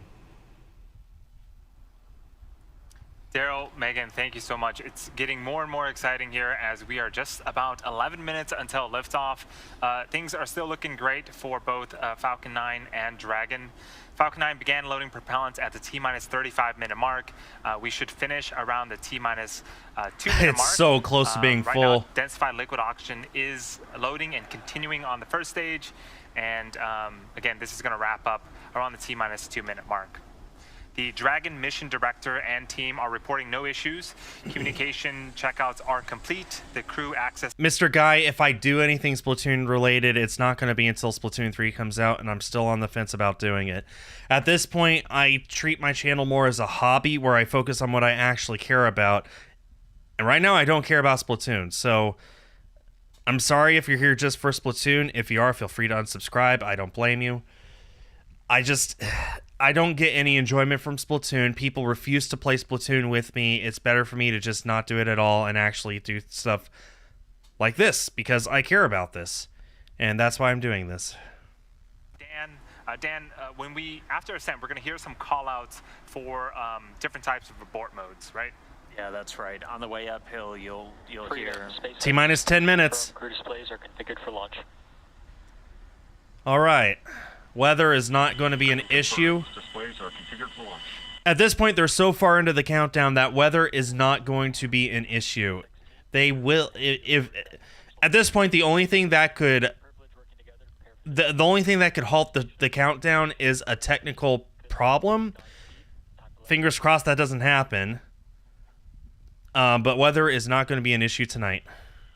Copy, SpaceX. We'd like to take this opportunity to extend our thanks to our NASA, SpaceX, international partner teams, and most of all our families for getting us to the threshold of this amazing opportunity to launch to the International Space Station with Kennedy Space Center.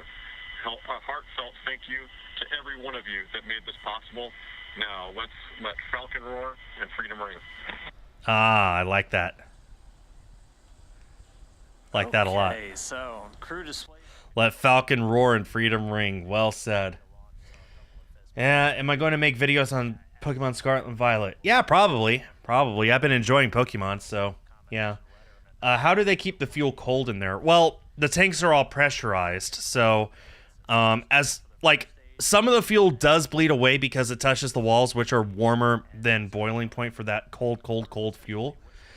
But that's why they keep loading it up all the way until the last minute. It's technically full of fuel right now, but they still have the fuel lines plugged into it, and it's constantly topping it up until the last possible minute. But for the most part, they just keep it cold because the tanks are pressurized, and whenever you pressurize something, it's a lot easier to keep it at the temperature that you want it instead of leaving it unpressurized. That's the simple answer, as I understand it. Propulsion nominal. Just T-minus 8 minutes. Take that flight uphill. It's going to be about a 9-minute trip from ground to orbit. And right now we're just 8 minutes away. And we've got a couple more events coming up starting at right around 7 minutes. Right, Andy? Yeah, in about 50 seconds at T-minus 7 minutes, we're going to begin engine chill on the first stage engine.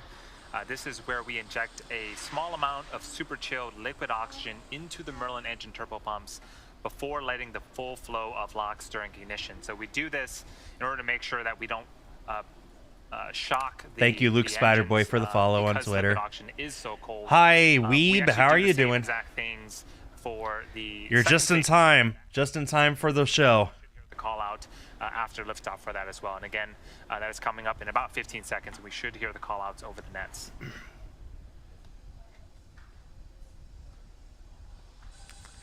Stupid something in my eye. It's been there for, what, half an hour now? That's annoying.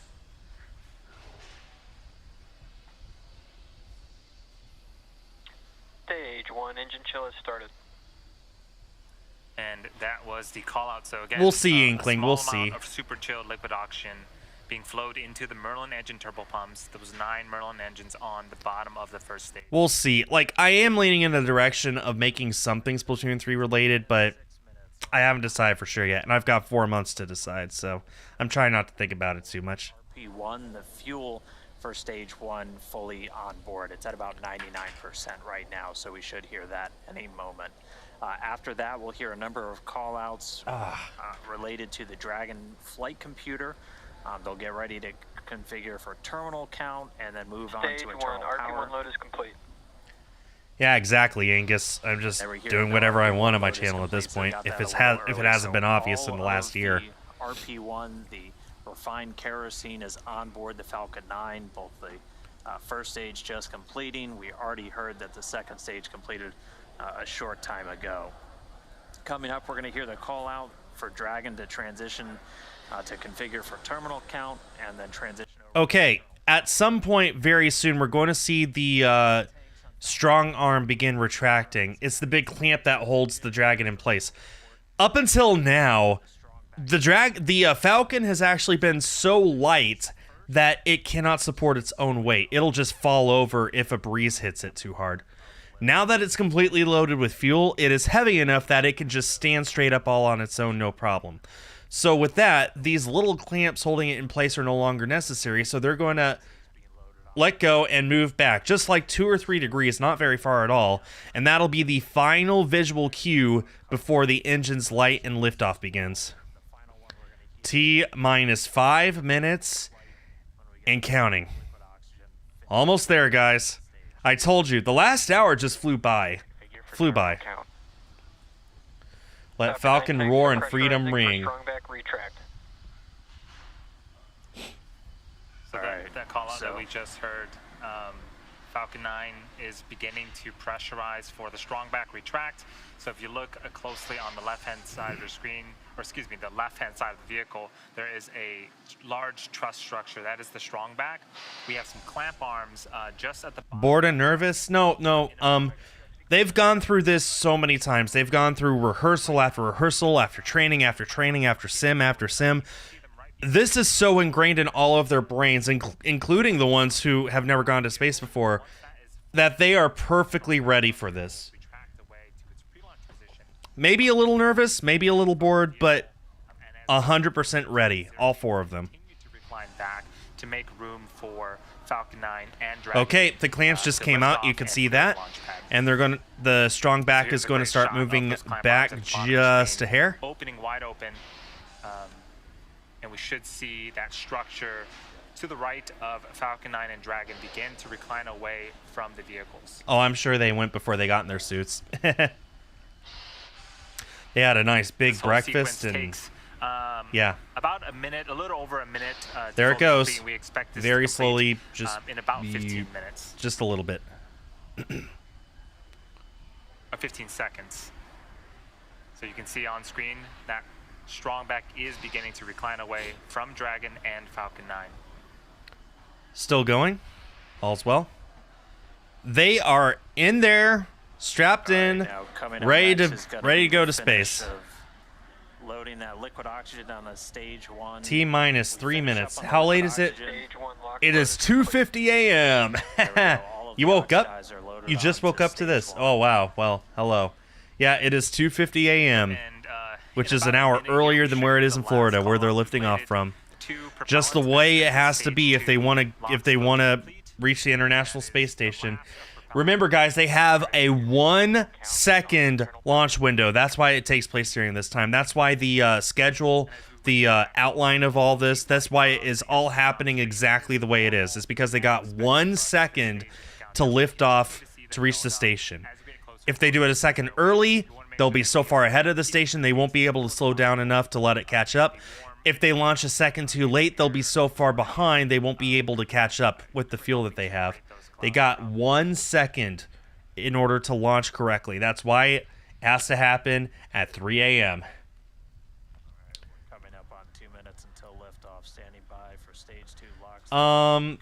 Yeah, well, actually, no, Luke. The black and white panel stuff, that's the unpressurized cargo. So that's stuff like new solar panels for the station or experiments that need to be exposed to the vacuum of space, that kind of stuff. But also there is a bunch of it that's pressurized as well for snacks and stuff. But most of it is just experiments to bring to the station, not actual like food and stuff. Okay, 1 minute 30. Gas closeout has started, so we're now isolating all of the feed lines for the different gas systems from the Falcon 9 rocket. Yeah, good luck, Angus. Hear that venting start. They're gonna get vented. That's awesome, Weeb. I'm glad that you showed up. This is something that clearly a lot of people don't care about, or my audience anyway. But hey, 17 people watching is way more than I expected, especially for this time of night. It means a lot that you guys are here. It means a lot that I'm able to be so passionate about this and share it with you guys. And now we're a minute away from the 7th Crew Dragon flight. And my 6th time doing this, so yeah. Here we go. T-minus 45 seconds. The FTS, that flight termination system. I bet they're all excited. For these two, it's their first flight. For these two, it's their second. Freedom is go for launch. Freedom is go for launch. Freedom is the name of the Crew Dragon. Hi, Quincy. Reports go. 30 seconds. You heard it there. 30 seconds away from liftoff. Hi, Slayer. And shout out to the lurkers. T-minus 20. T-minus 15 seconds. Okay, here we go. 10, 9, 10, 9, 8, 7, 6, 5, 4, 3, 2, 1. Ignition. And liftoff. Oh wow, what a view that is. They're going somewhere. Freedom soars and the Dragon flies forth. Vehicle already pitching down range. All 9 Merlin engines have lit. All's well. I've got my mission patch here, ready to put it into my photo frame. Of course they put all the indications right here, right where my webcam is. Into the 4th rotational crew mission on board Dragon and the Falcon 9. Second Crew Dragon launch in a month. The first one was earlier this month, and now we got this. That's crazy. SpaceX on top of it. This is where the vehicle will experience the highest amount of aerodynamic pressures, so we'll throttle down the engines in preparation for that event. Vehicle is supersonic. Alright, so we've passed the speed of sound. I was hoping for better camera angles than this, but, well, beggars can't be choosers. Max Q. There we go. That's a nice one. Stage 1, throttle up. Okay, all's well. Right after Max Q, we will begin to throttle those engines up again. They're already going 1,700 kilometers an hour. That's crazy. And they're already 20 kilometers up. They're already a fifth of the way to space. Remember, space is 100 kilometers. That is the internationally agreed upon boundary of space. They're a quarter of the way there. Be performing engine chill on the second stage MVAC engine. And then in about a minute, we're going to start off with MECO, also known as main engine cutoff. This is where those 9 engines that you're seeing ignite on. We're already 2 minutes into the flight. Can you believe that? In preparation for stage separation, where the first and second stages will separate from one another. That's a beautiful, beautiful shot. The single Merlin vacuum engine on the second stage will ignite. 50 kilometers. They're halfway there. Our Crew-4 astronauts to orbit. Heard that MVAC chill has started. Stage 1, throttle down. Okay. There's a whole lot of stuff that's going to happen here in quick succession, so pay attention. Blink and you'll miss it. And standing by for MECO.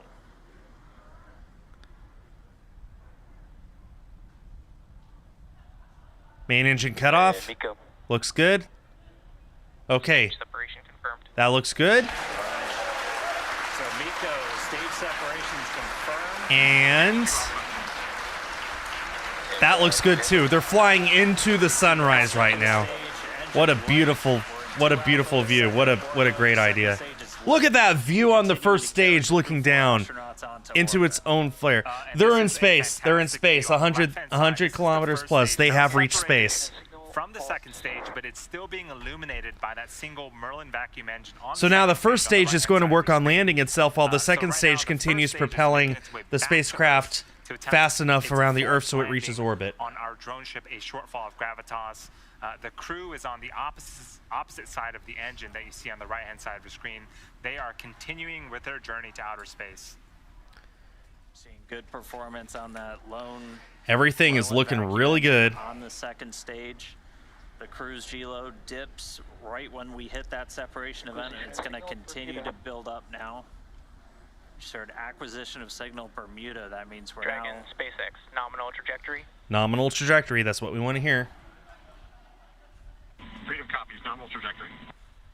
That was our guidance, navigation, and control officer. Nominal trajectory. Dragon's pointed in the right direction, continuing its flight to orbit. We heard Bermuda called out. That's one of the ground stations now receiving telemetry from the Dragon as it continues its Since they are in space, I have added it to my plaque. Currently in space, Crew-4. I have another one of these with Crew-3. I will be adding it to that on my shelf after the stream. A little over 8 minutes into the flight, doing the heavy lifting now. All right, we're about halfway through launch. We've got another about 4 minutes left of the second stage up there burning its engine. At to get them into 7 orbit. minutes and 25 seconds, it's going to start its entry burn. It's going to be one of 2 burns. First stage will land itself. Second stage, this one, its only goal is to get Crew Dragon into orbit. For about 30 seconds in order to slow the vehicle down before hitting the Nominal denser parts of trajectory. the Earth's Excellent. Looks flawless. Acquisition of signal, New Hampshire. Yeah, New Hampshire. Go. Jeb On the New Bartlett. Hampshire ground Yo. station, another call out there from our guidance, navigation, and control officer. Nominal trajectory. Second stage continues to power. Call out just then. Propulsion is nominal. The engine performing as expected. You remember how I said they had a 1-second launch window? 1.25 Gs right They now, make it and look they're so gonna easy, continue don't to they? ramp up, peaking just before we Everything get to was that second flawless stage from cutoff. the crew suiting up This to single engine here, ignition. Dan, can Not a produce single over thing went wrong. 220,000 SpaceX makes it pounds look of so thrust easy. back And into this is the space, so, 7th time they are they've definitely done this in feeling it. under 2 years. Huge We're respect to already about them. 200 kilometers in altitude. Dragon, SpaceX, nominal trajectory. We going to be seeing any first stage Freedom copies, nominal trajectory. updates? Right now they're pulling about 2.5 Gs. We are headed in the direction. So if you weigh 150 pounds now, right now up there you would be weighing about 400 pounds. We should get one more of those trajectory check-ins in about 30 seconds from now. And then we'll start to... Oh, no, Angus, they weigh so much they couldn't dance. They probably couldn't even First stand stage up. continues to make its way back home. The second stage will start to wrap up its job of delivering these. Why does the foil shielding pulsate? I think it mostly has to do with... I actually don't know. But I think it has something to do with... we don't see the way that the on fuel screen is right now, slushing but the around first inside stage of there. is I making could be its way completely back wrong, but that's to what I our think. drone ship in about Dragon, SpaceX, nominal trajectory. in about 30 seconds here. It's going to start its entry burn. Freedom copies, nominal trajectory. Actually, I'm probably completely wrong. I have no idea why it pulsates. That's a good question. You were mentioning, Dan, about the trajectory. Things again. Like that, yeah? continue to look Yeah. very, very That's a good question. I never thought about that. Looks like an egg on fire. Yeah, I guess it does.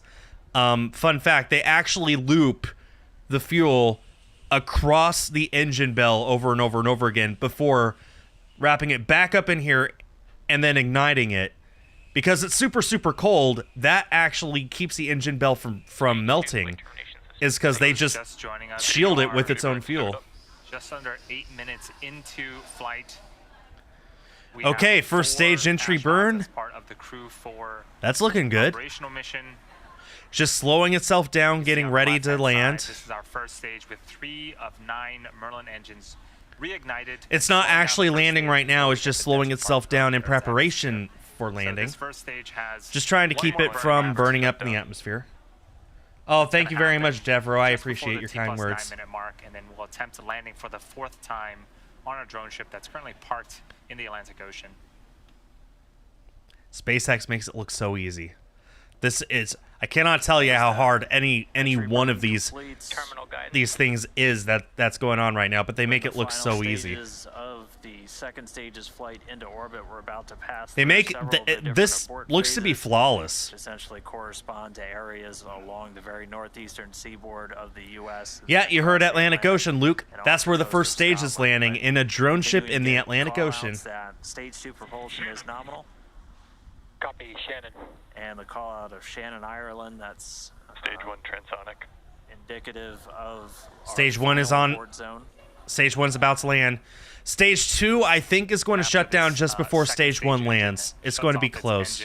They usually happen right around the same time. Of a good orbit, which tells us that the crew and Dragon are where they need to be. Okay, Stage 2 is in orbit. Stage 1 is coming down for a landing. Here's what the drone ship looks like. Look at that engine lighting up the sky. Oh, what a beautiful picture. We're glad to be in orbit. Crew is in orbit. Successful launch. Now we just need to see if it's a successful landing.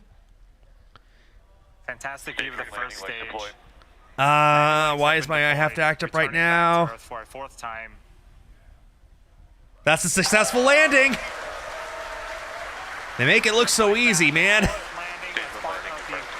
Fourth launch and landing of this booster. Crew-4 successfully in orbit on their way to the International Space Station. But prior to this, acquisition signal. Hey, there's zero-G indicators, a monkey. We heard that the crew has been successfully inserted into a good orbit, and this is them in zero-G. That was a monkey. For the first time. And getting a look, it looks like we might have a couple of zero-G. Oh, wait, we have more than one? We have a turtle and a monkey. Bob Hines' hands, that is the nickname for the astronaut class from 2017, of which he and Jessica Watkins were a part.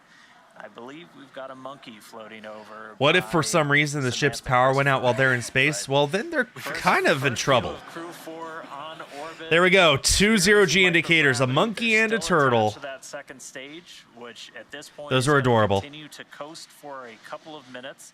It's got small reaction control thrusters on the upper part of the second stage that can be used to. And they are in zero gravity. Essentially making sure that they're in a stupid eye. Before we get to that separation. I need to take some allergy medicine or something. We'll see Dragon Freedom flying free for the first time. We've got, a couple of stowaways. The turtle class really does seem to be taken over now with a turtle zero-G indicator. Yep, there they are. We should be in just orbit. About a minute away from that separation, after which a number of activation checkouts. So I'm going to keep streaming until just after the Dragon separates from the second stage. Look at that turtle. That's a good turtle. You're a good turtle. I want to pet you, good turtle.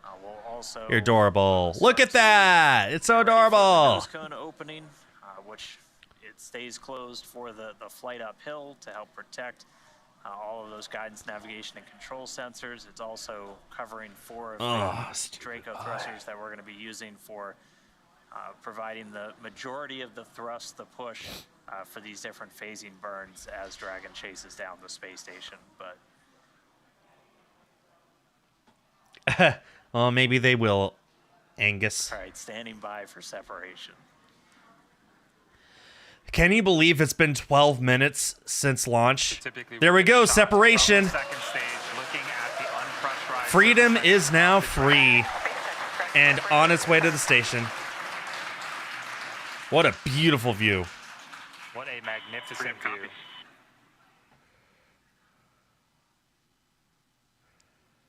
Do I think the astronauts gave the turtle a name? They might have.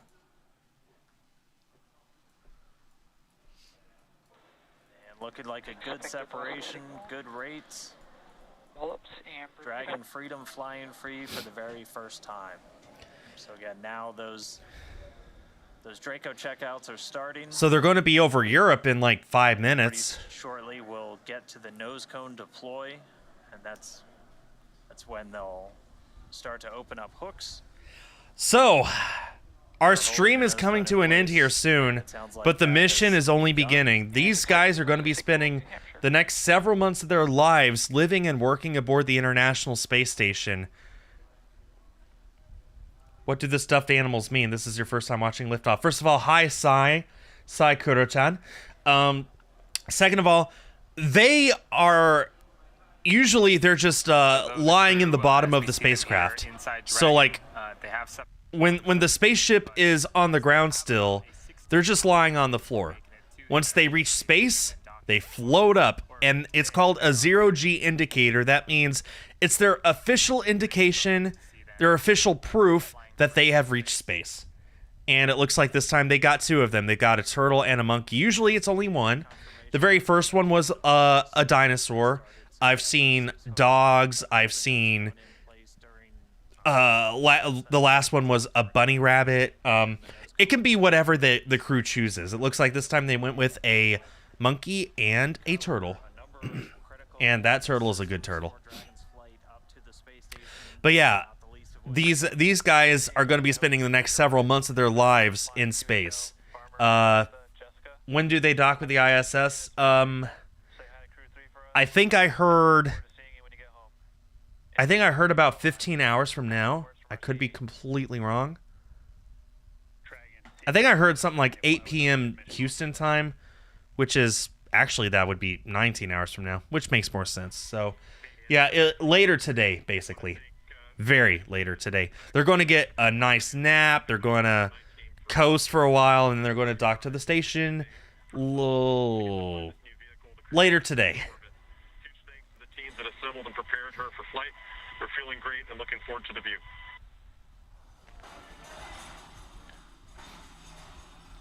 And there they go. So, I am going to be ending my stream pretty much now. That was a beautiful launch. SpaceX makes it look so easy. Flawless, as always. And now, there are 11 people in space once again, including 4 people, 2 of whom their very first time ever. Thank you so much, everyone who joined me, even if it was just for a few minutes. Even if you never said anything, thank you all so much. I really appreciate it. The next Crew Dragon launch, I believe, is going to be Crew-5 in November. So that'll probably be the next time I stream a rocket launch, unless there's something that pops up between now and then. Thank you to everyone who chatted. Shout out to the lurkers. And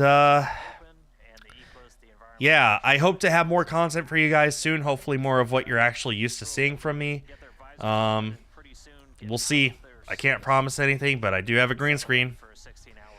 Thank you all so much for sharing this with me. It means a lot. Now, good night. Bye.